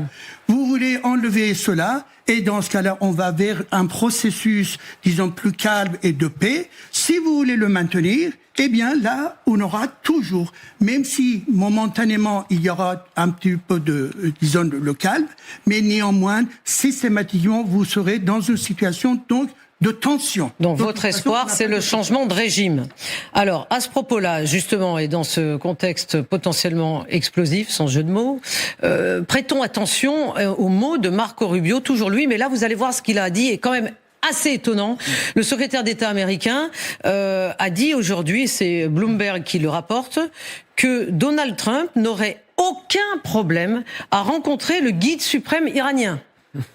Aucun problème. C'est ce qu'il a affirmé aujourd'hui à Munich. Je suis presque certain que si l'ayatollah annonçait demain vouloir rencontrer le président Trump, ce dernier le rencontrerait. Non pas parce qu'il partage l'avis de l'ayatollah, donc du guide suprême, mais parce qu'il estime que c'est ainsi que l'on résout les problèmes dans le monde, et il ne considère pas cette rencontre comme une concession. Donc là, il y a beaucoup de choses. Ludmila, je vois que vous voulez parler. Oui, je pense que ça fait une référence en rencontre Poutine-Trump à Anchorage, où il y avait un certain nombre de propositions économiques qui étaient faites. Effectivement, pas pour renverser le régime, parce que de toute façon, c'est pas le but des Américains, mais c'est pour en tirer des bénéfices pour eux-mêmes. Certes, c'est pas les mêmes types de relations entre les États-Unis et la Russie, ou pas le même type de relation qu'il voudrait avoir Trump quand on parle de Iran et des États-Unis, mais c'est quand même plus dans ce sens-là, parce qu'on parle pas du tout, on n'entend pas, on perçoit pas auprès de cette administration américaine qu'ils veulent un régime change. C'est très, oui. Bon, Vance l'a dit, mais est-ce que c'est assumé d'une manière où c'est vraiment... Écoutez, il y a quelques semaines, il y a quelques jours, ils ne le disaient pas. Aujourd'hui, ils le disent. Même si ils le disent peut-être pas aussi fort que vous aimeriez qu'ils le disent, Ludmila Toteva. Mais Gaël Fenwick, est-ce que ça serait une concession pour Donald Trump que de rencontrer le guide suprême? Ou alors, Donald Trump, il nous habitue à rencontrer le président Kim Jong-un, il va rencontrer le président Xi, Poutine, etc. Donc ça s'appelle tout simplement, je me tournerai d'ailleurs vers Sylvie Bernard pour lui demander, mais c'est de la diplomatie. Alors plusieurs choses. La première, c'est que moi j'ai été très marqué récemment. J.D. Vance, donc le vice-président, répondait à Megyn Kelly dans son podcast, et il a cette phrase où il dit, vous savez, moi je comprends pas, on ne comprend pas ce régime iranien. On décroche le téléphone, on peut parler à Poutine, on peut parler à Kim Jong-un, mais on n'arrive pas à joindre. Il n'est pas joignable au téléphone, donc on ne comprend pas ce régime. Soit il y a une immense naïveté, et c'est possible de la part de cette administration qui est incapable de comprendre comment fonctionne ce régime, parce que, rappelez-vous, le Doge, l'effort de Elon Musk, elle a éliminé beaucoup des spécialistes de cette région et de l'Iran. Et donc ils sont mal outillés, équipés et accompagnés dans la compréhension en fait des grilles de lecture qu'il faut appliquer. Soit autre chose, théorie complètement tordue de ma part, ils sont en train d'essayer de le faire entre guillemets sortir du bois, à des fins de géolocalisation, à des fins peut-être opérationnel. C'est possible et ils utilisent du signalement de très très haut niveau pour y parvenir. Pure Vous supposition. pensez que le guide suprême pourrait tomber dans ce piège éhonté ? Je n'en sais rien. Autre chose, c'est que là, Axios est en train de sortir des informations via Barak Ravid sur le fait que quand Netanyahou et Trump se sont vus à la Maison-Blanche, rappelez-vous, il n'y a pas eu de conférence de presse commune, il n'y a pas eu de déclaration. C'est très très court. Et en fait, je vais utiliser le conditionnel, Netanyahou aurait essayé de convaincre Trump que ça ne sert à rien de négocier avec les Iraniens. Et qu'il faut donc, frapper. Trump On en a fait toute une émission le week-end dernier. Voilà. Qui était très bonne d'ailleurs. Oui, merci Gallagher. Vous étiez là d'ailleurs. C'est pas parce que j'étais là. Je pensais au vendredi soir, où je ne suis pas là. C'est vrai. Non. Donc les Iraniens vont voir Witkoff et Kouchner mardi. A priori. Et ce que Trump est en train d'envisager pour l'instant, c'est de mettre une pression maximale sur le pétrole. Oui. Et donc de coupler les efforts actuels. Et ça n'était pas fait pour le moment sur le pétrole. Maintenant, comment ? C'est là que la donne devient extrêmement compliquée. 80-90% du pétrole iranien va en direction de la Chine. Et donc, il est en train de revenir à cette idée on va imposer des droits de douane supplémentaires à tout pays qui commerce avec l'Iran. Ça veut dire la Chine, sachant qu'il doit se rendre en Chine. Toujours le même genre de bâton. Sachant qu'il doit se rendre en Chine en avril prochain, que les Chinois peuvent ressortir la carte des terres rares et que Witkoff et Kouchner, j'en termine par là parce que vous avez une question à poser à Madame l'ambassadeur, sont en train de dire à Donald Trump, écoutez, c'est extrêmement difficile de parvenir à un accord avec les Iraniens, mais, disent-ils, pour l'instant, ils nous disent tout ce qu'on veut entendre. Oui, donc c'est pour ça que ça rallonge. Sylvie Bermann, qu'est-ce que vous pensez de cette déclaration de Marco Rubio ? Elle vous choque pas, le fait que donc il donne un autre exemple après la possibilité d'une rencontre entre Trump et Khamenei, le guide suprême. Il termine en disant il va bien rencontrer ici dans quelques temps. Et il a même ajouté Marco Rubio que lui-même, Marco Rubio a rencontré son homologue, donc le ministre des Affaires étrangères chinois à Munich, puisque Munich est, je le rappelle, l'endroit où il faut être aujourd'hui. Tout à fait. Non, mais Trump, il rêve de ce type de rencontre. Il a adoré sa rencontre avec Kim Jong-un. Et il a... en fait, vous avez raison, il adorerait le voir. Mais non, mais absolument. Et un jour, il avait dit qu'il refaisait le bureau de la Maison-Blanche parce qu'il fallait qu'il rencontre des rois, des dictateurs. Enfin, bon, il se flattait de ça. Donc, oui, c'est aussi simple que ça, vous avez raison. Mais Khamenei, que personne ne voit jamais, alors, il sait que c'est le vrai boss du pays, et donc il comprend pas qu'il puisse pas le joindre par téléphone. Et il serait ravi d'une photo op, effectivement, avec le guide suprême. Oui, je pense que véritablement, il rassemble une armada d'abord avec l'idée de ne pas s'en servir et parce qu'il aimerait bien avoir un deal sans avoir besoin d'utiliser son armada.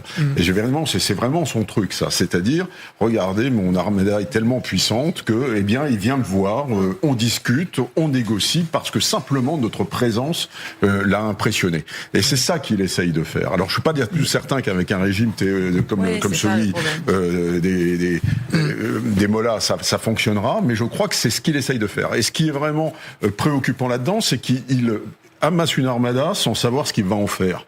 Et dans toute planification militaire, on définit l'objectif politique avant de savoir ce qu'on va projeter. Pour ça, parce que on a derrière une volonté politique d'obtenir un effet sur le terrain. Et là, on a le sentiment qu'il a fait exactement l'inverse. C'est-à-dire, il rassemble son armada et maintenant qu'elle est là ou qu'elle se rassemble, très opportuniste. Il se dit, maintenant, merde, qu'est-ce que je vais faire de tout ça ? Je suis quand même un petit peu bloqué. Je suis un petit peu, donc, et pour s'en sortir par le haut, le deal serait la meilleure solution pour nous. Oui, mais le deal, ce sera contre l'intérêt du peuple iranien, qui d'ailleurs entend peut-être l'action des États-Unis, mais dans l'autre sens, je sais pas, peut-être. Venons-en justement au peuple iranien, puisque Didier Djadi, il y a eu cette nuit, tout à l'heure, dans la journée, des manifestations, alors que les immenses manifestations des semaines dernières se sont terminées dans un bain de sang. Ça a l'air d'une certaine façon de continuer, puisqu'à Shiraz, à 800 km au sud de Téhéran, on a entendu des manifestants scander « Mort à Khamenei ». Je pense qu'on peut avoir le son de ce moment. On les écoute.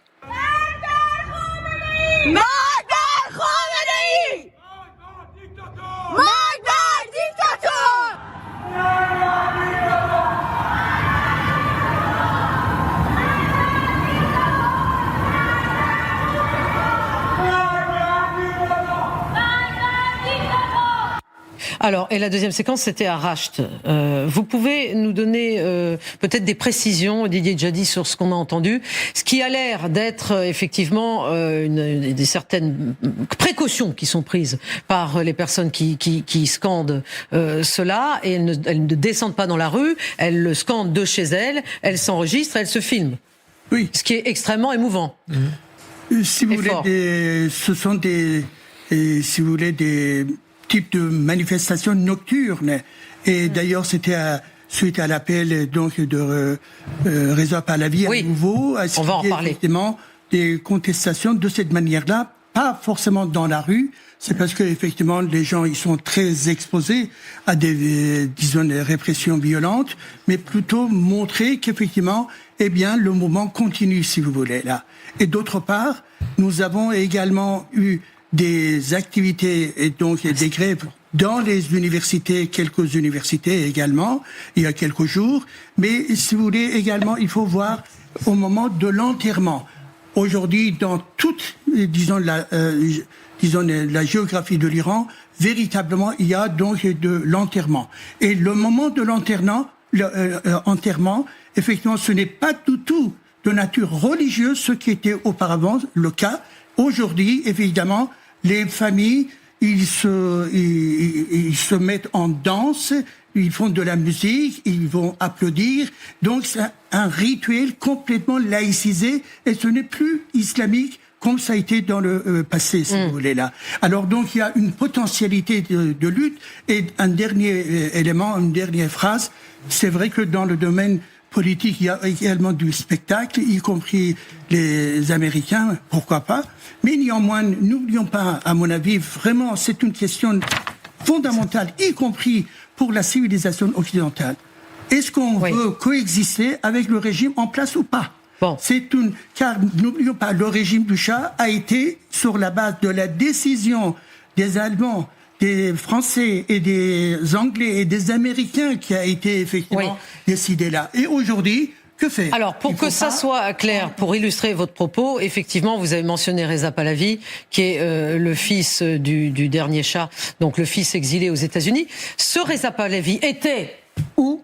À Munich, évidemment. À Munich aujourd'hui, où il a vu d'ailleurs Volodymyr Zelensky, il a vu un certain nombre de personnes, il a vu la grande star journaliste américaine Christiane Amanpour, et il a donné une conférence de presse. Écoutons ce qu'a dit Reza Pahlavi, justement, un appel au président américain Donald Trump. Monsieur le Président Trump, vous avez déployé une armada massive et clairement indiqué que le temps de la brutalité touche à sa fin. Le peuple iranien vous a entendu dire que l'aide était en route et il a confiance en vous. Aidez-le et l'histoire vous inscrira parmi les plus grands héros, non seulement de la nation iranienne, mais du monde entier. Bon, là, on est Aurélien Duchesne, c'est clair. Il souhaite que Donald Trump aide. Il l'exhorte à aider. Et pour le moment, il n'y a rien qui s'est passé. Donc, je rappelle simplement que Reza Pahlavi, sur son compte Twitter, avait demandé à ce qu'aujourd'hui et hier, justement, il y ait des Iraniens qui défient le pouvoir. D'où ce que vous nous avez expliqué, Didier Djadi, ces personnes en Iran qui osent scander ces slogans. Oui, d'ailleurs, il a aussi précisé, Reza Pahlavi, que les Iraniens devraient l'utiliser, lui, sa personne, comme un pont, comme une transition. Il n'est pas en train de dire « remettez-moi au pouvoir comme à l'époque du Shah ». On sait que ce régime aussi avait été honni à l'époque par la population. Et donc, il ne s'agit pas de revenir à un âge d'or fantasmé. Et il y a une deuxième chose, j'invite à lire... Oui, mais enfin, il dit quand même je serai... utilisez-moi comme un réceptacle. Oui, je serai un intermédiaire au pouvoir. Là où il est légitime à le dire, c'est que certes, il n'y a pas d'opposition structurée aujourd'hui autour de lui pour prendre le pouvoir en Iran, mais j'invite par exemple à lire l'étude de la Fondapol qui montre que d'après diverses enquêtes recoupées, 35% des Iraniens soutiendraient Pahlavi contre 14% qui soutiennent l'assassin Khamenei aujourd'hui. Donc Khomeini, pardon. Donc vous avez aujourd'hui le personnage le plus populaire d'Iran, c'est lui, c'est Pahlavi, presque 3 fois plus que l'actuel dirigeant. Alors, écoutons justement ce qu'il a dit, Reza Pahlavi, sur cette possibilité qu'il soit utilisé dans un intermédiaire en Iran. Il l'a dit au micro de Christiane Amanpour aujourd'hui à Munich. aux quatre coins de l'Iran, ils ont crié mon nom. Ils m'ont demandé de venir les soutenir. Et je l'ai fait. J'ai accepté le défi de mener la transition.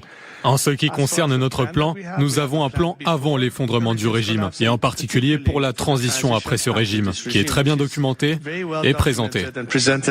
Oui, transition, c'est le mot que je cherchais tout à l'heure. On dirait que j'ai pas parfois toujours les bons mots qui arrivent. Mon esprit parfois est un petit peu lent. Mais heureusement, vous êtes tous là sur le plateau pour me corriger. Didier Idjadi, donc Reza Pahlavi, vous êtes en faveur de Reza Pahlavi. Pourquoi ? Écoutez, moi je suis républicain, ça je l'ai répété à plusieurs reprises ici là. Mais en même temps, dans le contexte iranien, Reza Pahlavi, qui est devenu une certaine alternative, si vous voulez, la principale face au pouvoir islamique. Il dit mon nom a été scandé, effectivement. Et pas d'autre nom a été scandé, en fait. Exactement. Il n'y a pas d'autre nom. C'est son nom qui a été, disons, évoqué massivement. Dans beaucoup de vidéos qu'il existe aujourd'hui, ça a été effectivement sa présence et le retour vers l'Iran a été demandé. Et d'ailleurs, n'oublions pas les deux appels qu'il a lancés concernant donc le 8 et le 9 janvier. C'est un test également de voir réellement ce qui s'est passé, c'est-à-dire beaucoup de gens qui sont descendus dans la rue. Mais c'est aussi l'appel de la part de sa part concernant les manifestations aujourd'hui là. En Europe, et également aux États-Unis. En Allemagne, seulement 250 000 Iraniens qui se sont réunis aujourd'hui là. Au Canada, 120 000. Donc, effectivement, ça met en évidence une certaine base, si vous voulez. Même si le goût des gens sont différents et variés, y compris, bien évidemment, les Iraniens. Mais c'est juste un seul exemple, si vous voulez, là. Eh bien, Général de Gaulle, quand il a lancé l'appel de 18 juin, est-ce qu'au niveau de la France, il avait autant de popularité? Pas du tout, pas du tout. Et cela a été... Enfin, votre parallèle me semble un tantinet osé. Oui, d'accord. Bon. Mais c'est un processus qui crée effectivement les conditions pour qu'il y ait effectivement un certain leadership, si vous voulez là. Et par conséquent, c'est une réalité d'aujourd'hui. Si le but du régime iranien est clair, c'est celui d'éviter la guerre civile, bien évidemment, et encore plus important, éviter sa propre chute. Le but de Donald Trump lui paraît plus nébuleux. Mais cette nuit, le président américain a à nouveau parlé, dans des propos plus belliqueux et plus clairs concernant l'Iran. Un changement de pouvoir serait la meilleure chose qui puisse arriver à l'Iran. Pendant 47 ans, ils n'ont fait que parler. Et ça a coûté de nombreuses vies. Et ça dure depuis un long moment. Donc nous allons voir comment cela va évoluer. Nous avons des forces redoutables sur place et d'autres sont en route avec la venue d'un deuxième porte-avions qui sera très vite là-bas. Là, clairement, Sylvie Berman, le changement de régime est évoqué. Oui, tout à fait, mais il souffle le chaud et le froid, parce qu'il y a des périodes où il dit moi, ma priorité, c'est d'avoir un accord avec les Iraniens, puis à d'autres moments, il parle de changement de régime, c'est-à-dire pour montrer aux Iraniens qu'il est crédible, et en rappelant d'ailleurs très souvent l'opération Marteau de minuit, parce que souvent, il a été accusé d'être taco, de se dégonfler. Là, il laisse entendre qu'il peut effectivement y aller. Maintenant, on ne sait. Je veux dire, on est dans les spéculations. On ne sait rien des réunions au Pentagone, à la Maison Blanche. Il y a certainement plusieurs options qui sont envisagées. Mais en 47 ans, ils n'ont pas fait que parler. Ils ont une capacité de résilience qu'il faut quand même admettre. C'est-à-dire qu'en 47 ans, on n'a jamais réussi à mettre ce régime par terre en quoi que ce soit. Systématiquement le peuple iranien. Voilà. En tout cas, le sénateur. Il y a quand même également les ressources. Si vous permettez, Monsieur Idjadi, le sénateur républicain américain Lindsey Graham, lui a été très clair. Voici ce qu'il a dit et qui, justement, met une certaine pression, si tant est qu'on puisse mettre la pression à Donald Trump, sur le président américain. Si nous nous retirons maintenant, ce serait la plus grande erreur que nous ayons commise. Bien pire que la ligne rouge syrienne, bien pire que l'Afghanistan. On ne peut pas dire « continuez à protester, nous vous soutenons ». Les secours arrivent et rien ne se passe. C'est pourquoi je suis convaincu que le président Trump obtiendra un résultat conforme à ces trois déclarations par la voie diplomatique ou militaire. Aurélien Duchesne, là, l'Instagram le dit très nettement, c'est-à-dire s'il ne se passe rien, militairement, ça sera une erreur. Ah non, mais bien sûr, Donald Trump se met un peu plus au pied du mur à mesure qu'il renforce son armada. L'armada américaine, c'est un peu comme les pistolets dans les pièces de Tchekhov, faut bien s'en servir au bout d'un moment dans ces pièces de théâtre. Et bien là, si les Américains devaient reculer après avoir tout d'abord dit au peuple iranien que l'aide arrivait, 30 000 morts massacrés sans aide américaine, et ensuite avoir mis toute cette pression, là ce serait un effondrement de la crédibilité américaine. Et d'ailleurs, le sénateur Graham cite le précédent des lignes rouges. Il fait référence à quoi? Il fait référence au fait que Barack Obama, en 2013, avait dit que si le pouvoir de Bachar el-Assad gazait sa propre population, l'Amérique frapperait. L'Amérique a reculé, elle a été tellement décrédibilisée qu'apparemment ça a poussé Poutine à prendre la Crimée. Donc il a tout à fait raison de dire que reculer après une telle démonstration de force, mais ce serait du suicide stratégique pour l'Amérique. Alors les États-Unis sont souvent dans la démesure et effectivement le premier porte-avions qui est déjà sur place, le second porte-avions qui est en train d'arriver et peut-être un troisième illustre à quel point la tension se concentre sur ces eaux du Moyen-Orient, même si Donald Trump garde savamment non pas le flou artistique mais le flou stratégique. La Chine, quant à elle, ne fait pas non plus dans la demi-mesure, elle fait même jamais dans la demi-mesure. Ses ambitions sont immenses, y compris dans le domaine spatial. Alors que l'astronaute française Sophie Adno est en train de rejoindre ses collègues dans l'ISS, la Chine, elle, vient de présenter son avion spatial. Oui, vous m'avez bien entendu. Un avion spatial qui est capable, je cite, de frapper une cible sur Terre. Écoutons la vidéo de modélisation de cet avion qui a été diffusée à la télévision d'État chinoise, bien sûr. 从现实的创新到科幻的畅想，南天门计划为我们描绘了更宏大的蓝图。 Bon, le prochain champ de bataille, c'est Star Wars, en vrai, c'est ça? Ce qui est certain, c'est que la Chine a des ambitions spatiales, et là, elle les dévoile. Alors, le projet en soi, et pour le moment, il est réalisable, on le voit bien. Vous imaginez le Ford à la verticale décoller et aller se positionner à 30 km dans la stratosphère. Attendez, le Ford, là, nous, on est déjà en train d'imaginer le Ford en train d'arriver au Moyen-Orient, et là, vous nous parlez... C'est à peu près cette taille-là. Donc, ça pose un défi de comment ça se lance, comment c'est propulsé, comment c'est entretenu, la logistique, etc. Mais il y a un côté, il y a un véritable côté effectivement Star Wars.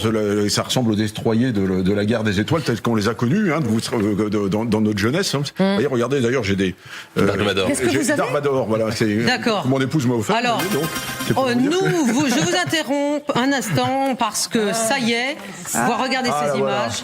Elle est arrivée, Sophie Adno est la seconde Française à se rendre dans l'espace depuis Claudie Aigneret. Elle est accompagnée de 2 Américains et d'un Russe avec qui elle s'est entraînée. Et voilà, elle est en train de passer de sa capsule Crew Dragon à l'ISS, bien évidemment, après avoir décollé hier. Regardez ces images et nous accueillons sur le plateau Christine Chapelle. Christine Chapelle, vous êtes journaliste Sciences Espace TF1. Est-ce que vous pouvez nous dire si ce moment-là est un moment bien évidemment unique pour Sophie Adno? Ça fait plus de 30 ans qu'elle rêve de ce moment, puisque... Depuis toute petite. Oui. Depuis le jour où elle a vu Claudie Aigneret dans l'espace, elle a dit « je veux faire pareil ». Donc là... Elle y est, ça y est, c'est ce moment. Ça y est, l'accolade.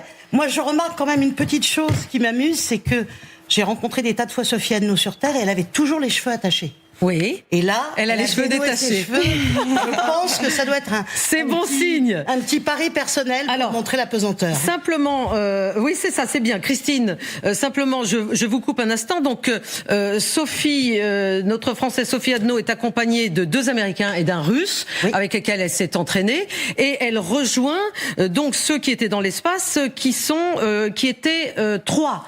2 Russes Oui, c'était un équipage restreint puisque le précédent équipage avait dû redescendre plus tôt. Oui, il y avait eu un problème. Il y avait eu un problème de santé, donc là, ça faisait depuis à peu près un mois qu'il n'était que 3 à bord, ce qui est très peu.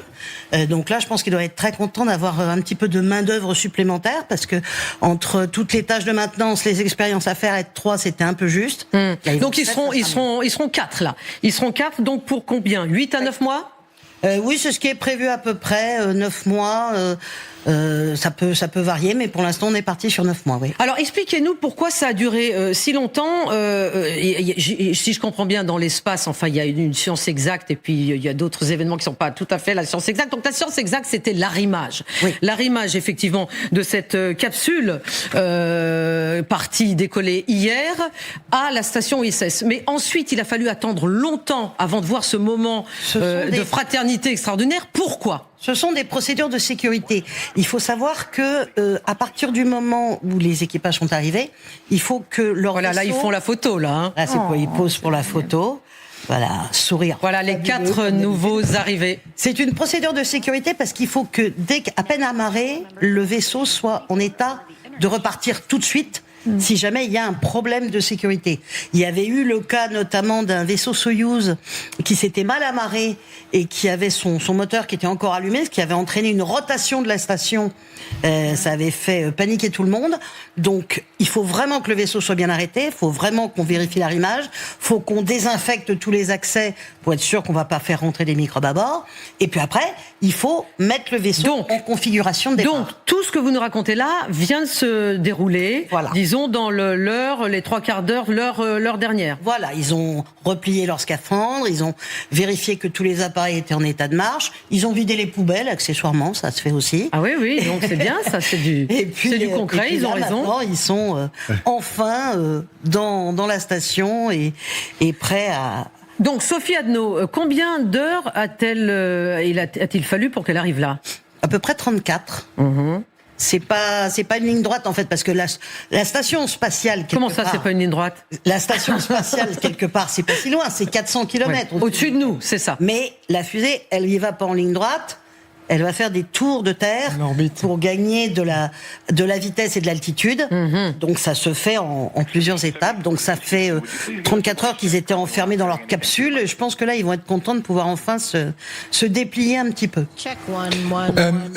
J'entendais un petit peu plus tôt le général Paloméros, donc qui expliquait justement cette procédure. Sur notre chaîne. Il est très bien, voilà, au micro de Margot Haddad, et qui parlait dans un premier temps d'une capsule qui circulait, je crois, à 28 000 km/h, et ensuite pour arriver à la phase d'arrimage avec des espèces, alors je suis désolé, d'éléments de propulsion qui permettaient de faire ralentir ça jusqu'à une vitesse proche de celle de l'escargot pour s'assurer que tout soit parfaitement millimétré. Je sais pas si vous pouvez, je le raconte évidemment très mal. C'est un rendez-vous orbital, donc vous avez l'ISS qui tourne autour de la Terre à 28 000 km/h. Vous avez donc la capsule qui, elle, monte, et puis après, il faut qu'ils arrivent à peu près face à face, et que là, effectivement, les vitesses soient bien réglées pour qu'ils ne se rendent pas dedans, et que la capture du vaisseau puisse se faire en toute sécurité. Alors, savourons un instant cette image donc des 4 nouveaux arrivants en bleu, et les 3 derrière qui... Eux sont l'équipage qui était déjà là. Voilà, l'équipage qui était déjà là, c'était 2 Russes et un Américain. C'est bien ça. Et l'équipage entrant, c'est 2 Américains, un Russe et une Française. De droite à gauche. Je constate que les Russes sont toujours là. Hein. La coopération spatiale continue. C'est le seul domaine où ça marche encore à peu près. Et il y a même eu des commandants d'ISS ukrainiens avec des cosmonautes russes. Et ça. Ah oui, ils ont accepté de l'être. Oui, Gérard Richaud. Alors, oui, les Russes, c'est assez étonnant quand on voit les relations, donc c'est quand même rassurant qu'il y a des domaines où on arrive encore à coopérer. Moi, je voudrais dire d'abord ma fierté, ensuite que Sophie Adno est colonel de l'armée de l'air et de l'espace, parce qu'elle est militaire, on parle toujours d'une astronaute, et ben c'est d'avant tout un militaire, un officier de l'armée de l'air et de l'espace, donc de l'armée française, et je crois qu'il faut le dire à tout le monde, et en faisant cocorico, en étant très fier. Et moi, j'ai quand même une question à vous poser, toute bête. On a parlé tout à l'heure des des toilettes qui étaient en panne sur le Ford, sur un porte-avions, le plus puissant porte-avions du monde. Vous voulez savoir comment ça se passe les toilettes dans l'espace? Comment ça se passe, notamment dans une capsule. Alors attention, on termine parce qu'on l'écoute. Elle parle. C'était vraiment super d'avoir l'aide de tout le monde. Ils sont très généreux. Ils nous ont donné des conseils. Donc je leur suis très reconnaissant. La première fois que nous avons pu observer la Terre depuis l'espace, c'était magnifique. On ne voit pas de frontières, pas de lignes. C'est un immense moment pour nous toutes et nous tous. On est très heureux de partager cela avec vous. Je passe le micro à Andrei.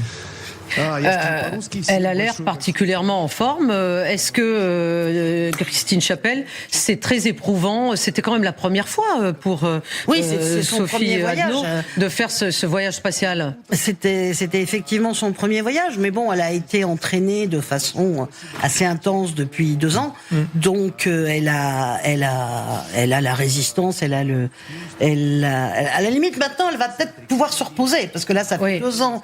C'est un choc physique de monter dans une fusée, d'opérer ce voyage de 30 heures?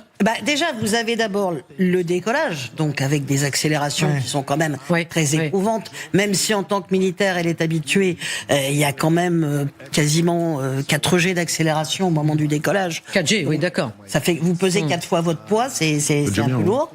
Après, vous avez le passage en apesanteur. Alors, tout le monde ne le supporte pas de la même façon. Il y en a qui sont malades et qui ont le mal de l'espace. Il y en a qui ne l'ont pas. Visiblement, si elle l'a eu, ça n'a pas l'air de l'avoir fait trop souffrir puisqu'elle a ce sourire éclatant. Mais ça dépend des individus. Certains sont malades, d'autres non. Voilà. Oui, pour la réponse aux toilettes, là, parce que ça me paraît essentiel, surtout quand ils sont dans la capsule pendant 34 heures. C'est la question qu'on leur pose toujours en premier. Et d'ailleurs, quand Thomas Pesquet était monté dans l'espace la première fois pour sa mission Proxima, sa première tâche, ça avait été de réparer les toilettes de l'ISS qui étaient en panne. Donc, dans le Crew Dragon, il y a des toilettes, heureusement. Parce que pour 34 heures, c'est mieux. Moins sophistiquées que celles qui sont dans l'ISS, mais ils ont tout ce qu'il faut pour... Et ils sont capables de les réparer, de parer à n'importe quel... ils sont capables de tout réparer. Là-haut, vous ne pouvez pas envoyer un mécanicien, ni un plombier, ni un médecin. Ils doivent savoir tout faire. Est-ce que c'est vrai qu'ils recyclent leur urine pour la boire? Oui, c'est vrai. Voilà. Des drôles de questions. Pardon. La logistique, c'est tout. Sylvie Berman, vous avez une question à poser également. Non, mais c'est toujours un moment très fort. Moi, j'avais vu le décollage du Soyouz et c'est l'entrée dans l'ISS à partir de la Cité des Étoiles. Donc, effectivement, c'est un moment très fort. Ce que j'espère, c'est qu'elle va transmettre des photos comme l'a fait Thomas Pesquet. Mais justement, il paraît qu'elle a été autorisée, c'est une grande première acceptée par les autorités spatiales d'emporter avec elle son téléphone, son smartphone. Parce que ça n'était pas... Oui, enfin, un smartphone. Voilà. Alors que même Thomas Pesquet avait un équipement qui n'était pas du... Voilà, ça ne se faisait pas. Alors que pourquoi cette exception? Je pense que, d'abord, on a vu l'engouement que pouvaient créer les nombreuses photos sur les réseaux sociaux des astronautes. Ça crée vraiment des vocations. Donc, pour les agences spatiales, c'est intéressant. Ça fait partie de la communication. Ça peut aider aussi à déclencher des vocations, à montrer vraiment comment ça se passe là-haut. Donc, déjà, ils avaient Internet, ils avaient la possibilité. Maintenant, ils ont des smartphones. C'est une première. Je pense qu'ils testent. C'est aussi parce qu'il y a maintenant tout le grand réseau de Monsieur Musk, Starlink, qui peut leur fournir tout ce qu'il faut pour leur téléphone. Merci beaucoup, Christine Chapelle, d'avoir été avec nous ce soir pour vivre ce moment unique. Retournons à nos moutons sur la Terre.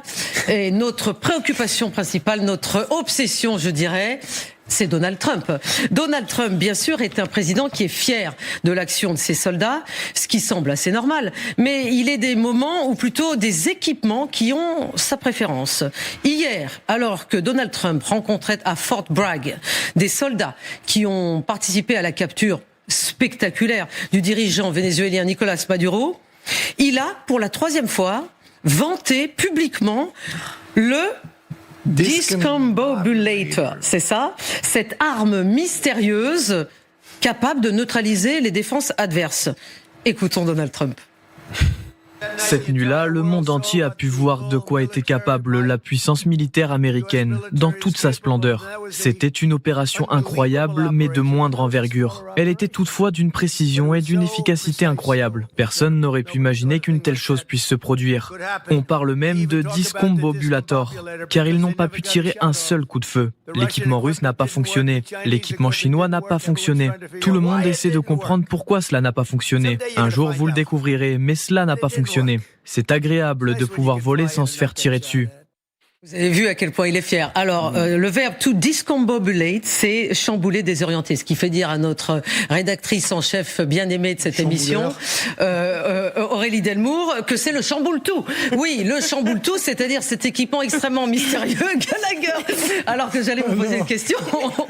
Mais non, mais franchement, ils n'ont pas pu tirer. Il a l'air très fier, Donald Trump. Qu'est-ce qui se passe avec cet équipement qui chamboule tout? Faut qu'on trouve une autre traduction. Chamboule-tout, c'est mignon, mais c'est pas. Non, mais c'est entre nous. Vous savez, on travaille beaucoup dans l'émission. Le chamboulator. Bravo, Aurélien Duchesne. Non, effectivement, on n'a pas d'informations précises. C'est très mystérieux, très secret. Hein. Oui. Alors, moi, de ce que je comprends, et je pense que j'ai rien compris, il y a plusieurs aspects. Il s'agirait d'un dispositif à énergie pulsée. Voilà, exactement. Mais il y a deux choses. Qui provoquent je crois qu'il y a une confusion entre les capacités, si vous voulez, de brouillage électronique opérées par certains des aéronefs qui sont entrés en action au-dessus du Venezuela, qui permettent de couper l'internet, l'électricité, etc., et une arme qui aurait j'emploie le conditionnel, été utilisée par la force Delta 7, parce qu'il y a un témoignage qui est sorti, qui a tout de suite été nié par le Pentagone comme étant une fake news, avec notamment les gardes cubains de la sécurité de Maduro, qui se mettent à saigner du nez, à vomir du sang, proche du syndrome de la Havane. Ça a été complètement démenti. Alors, exactement. Clairement, Donald Trump n'arrive pas à s'empêcher à parler de cette arme. Il n'arrive pas de dire, on m'a dit qu'il fallait c'est la troisième fois. Voilà. Exactement. On m'a dit qu'il fallait rien dire, mais il n'arrive pas à s'en empêcher. Et là, il nous refait le coup, une troisième fois comme vous. Général Richoux, qu'est-ce que vous pensez de cette arme? Alors, j'en pense pas grand-chose, en fait, parce qu'on ne sait pas si c'est bidon ou bien s'il y a quelque chose de véritable derrière. En revanche, le message que nous livre Trump, c'est l'invincibilité. Voilà, l'invincibilité contre les armées russes, les armées chinoises, les armements des autres, etc. Nous avons une technologie tellement extraordinaire qu'aujourd'hui, nous sommes absolument invincibles. Alors, ensuite, la véracité de cette affaire-là, il se peut qu'il y ait des dispositifs qui a été mis en place particulier. En revanche, l'arme suprême qui va permettre de faire gagner toutes les guerres demain, eh bien, ça n'existe pas. Quand il y a une arme, il y a toujours une parade à un moment donné qui émerge. Donc, mais attendons voir, parce que là, on est quand même un petit peu dans le sable. Hein. C'est un peu pâteux quand même cette déclaration. Il faut quand même le dire. On n'a quand même pas les éléments pour pouvoir analyser ça de très près. Alors, je note aussi que après, comme dit Gallagher, ne pas avoir pu s'empêcher de parler de cette arme dont je ne me risquerai pas à vous prononcer une fois de plus le nom. Donald Trump a dansé, bien évidemment, comme il fait d'habitude. Voilà, en regardant fixement quelqu'un qui était. Et il y a Mélania à côté. Oui, qu'est-ce que vous en pensez c'est pour montrer sa salle de bal, vraisemblablement, un jour qu'elle va être. Non, là c'était surtout pour continuer à se vanter de ce dispositif. Cette opération réussie, ça c'est quand même quelque chose également. Voilà Donald Trump qui continue à danser. Merci Quentin de nous remontrer ces images. Mais il faut dire qu'effectivement cette opération d'enlèvement de Maduro a été totalement réussie. Elle a été saluée mondialement pour son audace, sa technicité, mais elle aurait été conçue grâce à l'intelligence artificielle. Ce qui illustre, je vous ai gardé le meilleur pour la fin, ce qui illustre la popularité croissante des modèles de l'IA au Pentagone. Alors, il s'agirait de Claude. Claude, c'est l'outil de l'intelligence artificielle de la société Anthropic, qui a signé Gallagher un contrat de 200 millions de dollars l'année dernière avec le Pentagone. C'est cela. Et il y a quelques problèmes. C'est-à-dire que le porte-parole de cette société dit ceci: toute utilisation de Claude Je me demande pourquoi cette IA s'appelle Claude, mais enfin bon. C'est un mathématicien dont le nom de famille Aurélien Duchesne. C'est pas un Français, c'est un mathématicien c'est pas un Français, d'accord. Le nom était Claude, tout simplement. Très bien, merci pour l'explication.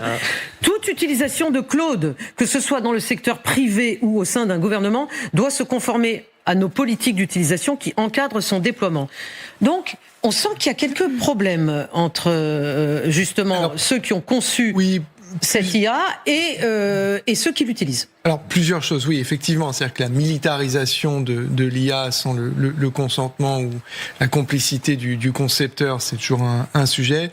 L'autre chose, c'est qu'Anthropic est dans la tourmente actuellement avec des démissions par rapport à des comportements, justement, de cette IA, de menaces qu'elle fait peser lorsque les concepteurs et les opérateurs essayent de la tester, de l'arrêter, chantage, manipulation, menaces de mort. Menaces, oui, d'accord. C'est-à-dire que si vous voulez, je pense qu'on est en train de se rendre compte que l'IA, quelque part, c'est comme l'avènement du nucléaire, ça peut résoudre... Ça peut aller très loin. Ça peut être utilisé dans la médecine, ça peut avoir des débouchés absolument formidables, mais ça peut aussi être responsable potentiellement de catastrophes humaines. Ludmilla. Et surtout, je pense que c'est notable de voir que les États-Unis se gênent pas de vraiment être très proactifs pour intégrer ce type de technologie très rapidement à l'échelle assez importante, alors qu'ici, à l'Union européenne, on parle de EU Act, on parle de vraiment comment réguler pour que les consommateurs, ceux qui sont les utilisateurs soient mieux protégés.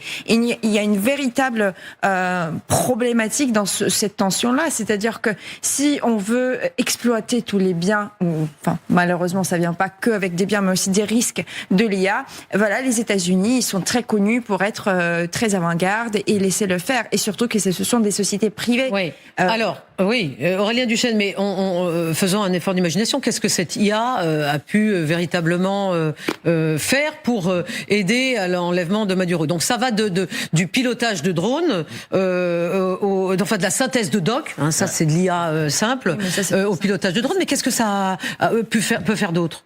Prenons un exemple. Il y avait un général américain. Je savais que vous alliez me donner un exemple. Absolument. À défaut d'imagination, je donne des exemples. Il y avait un général américain l'an dernier qui avait admis devant le Congrès en audition utiliser ChatGPT, je le cite, pour des décisions stratégiques. Donc, on peut imaginer que des militaires aient utilisé, par exemple, Claude en IA générative pour avoir diverses options de regroupement ou autre. Alors moi qui dis à mes étudiants de ne pas utiliser ChatGPT pour tout n'importe quoi, oui, là, l'armée américaine le fait, donc j'ai plus d'excuses. En sachant que le Pentagone le fait, effectivement, on a l'herbe un peu coupée sous le pied. Voilà, mais si ça se trouve, il y a aussi, par exemple, au-delà de la planification stratégique, on a vu, par exemple, l'extrême utilité de ChatGPT pour de l'OSINT, du renseignement en source ouverte. Quand vous avez des montagnes de données à recouper, par exemple des heures d'intervention idéales, là on voit l'utilité de l'IA, même si ça fait un peu froid dans le dos à force. Oui, Général Richoud, est-ce que vous pensez qu'ils font leur plan Donald Trump sur l'Iran, pour l'Iran, sur l'Irak? Je pense qu'ils l'utilisent, oui. L'IA aujourd'hui, elle est incontournable. Ça vous choque que ça soit utilisé pour des plans militaires? Non, l'IA me choque pas à partir du moment où c'est un instrument qui amène à une décision humaine. Parce qu'à partir du moment où vous confiez à l'IA la décision, vous ôtez l'humain de la chaîne de commandement, et donc là vous avez un véritable problème, et c'est le problème des systèmes d'armes létaux autonomes qui sont en train d'être développés par certains pays, qui peuvent être utilisés par des dictatures, dans lesquelles il y a plus l'humain n'a plus rien à dire dans le processus décisionnel. Et donc là on a un véritable souci, c'est un problème d'éthique absolument fondamental auquel on sera confronté demain dans la conduite de la guerre. Voilà, donc ça c'est très important. La société Anthropic qui est en question, il y a quelques jours, ils ont développé une nouvelle modèle qui est vraiment très très menaçante dans ce sens-là, c'est-à-dire qu'elle a des signes de conscience et de prise de décision qui sont très très difficilement, on peut pas dire maintenant que ça sera juste quelqu'un qui aide tout objectivement. Et il y avait un article de Matt Schumer qui a vraiment chamboulé tous les milieux qui travaillent dans le domaine de l'innovation, ça me concerne aussi. Et effectivement, c'est une personne qui est du domaine, qui parle de ce qui est en train de se passer aujourd'hui en termes de modèles et la manière dont ils sont entraînés, c'est révolutionnaire. Ça va chambouler dans quelques années, même quelques mois, si ça continue à ce pas-là, nos vies. C'est-à-dire, ça va de la manière dont, effectivement, nos emplois, mais également la guerre. Et ça, c'est une véritable exemple de comment l'IA intégrée, déjà c'est intégré à un certain niveau, par exemple en Ukraine, mais là aujourd'hui, si on regarde ici, c'est une autre échelle. Merci infiniment Ludmila, merci de nous avoir suivis. Bien sûr, l'information continue, ne s'arrête même absolument jamais sur LCI et c'est un plaisir.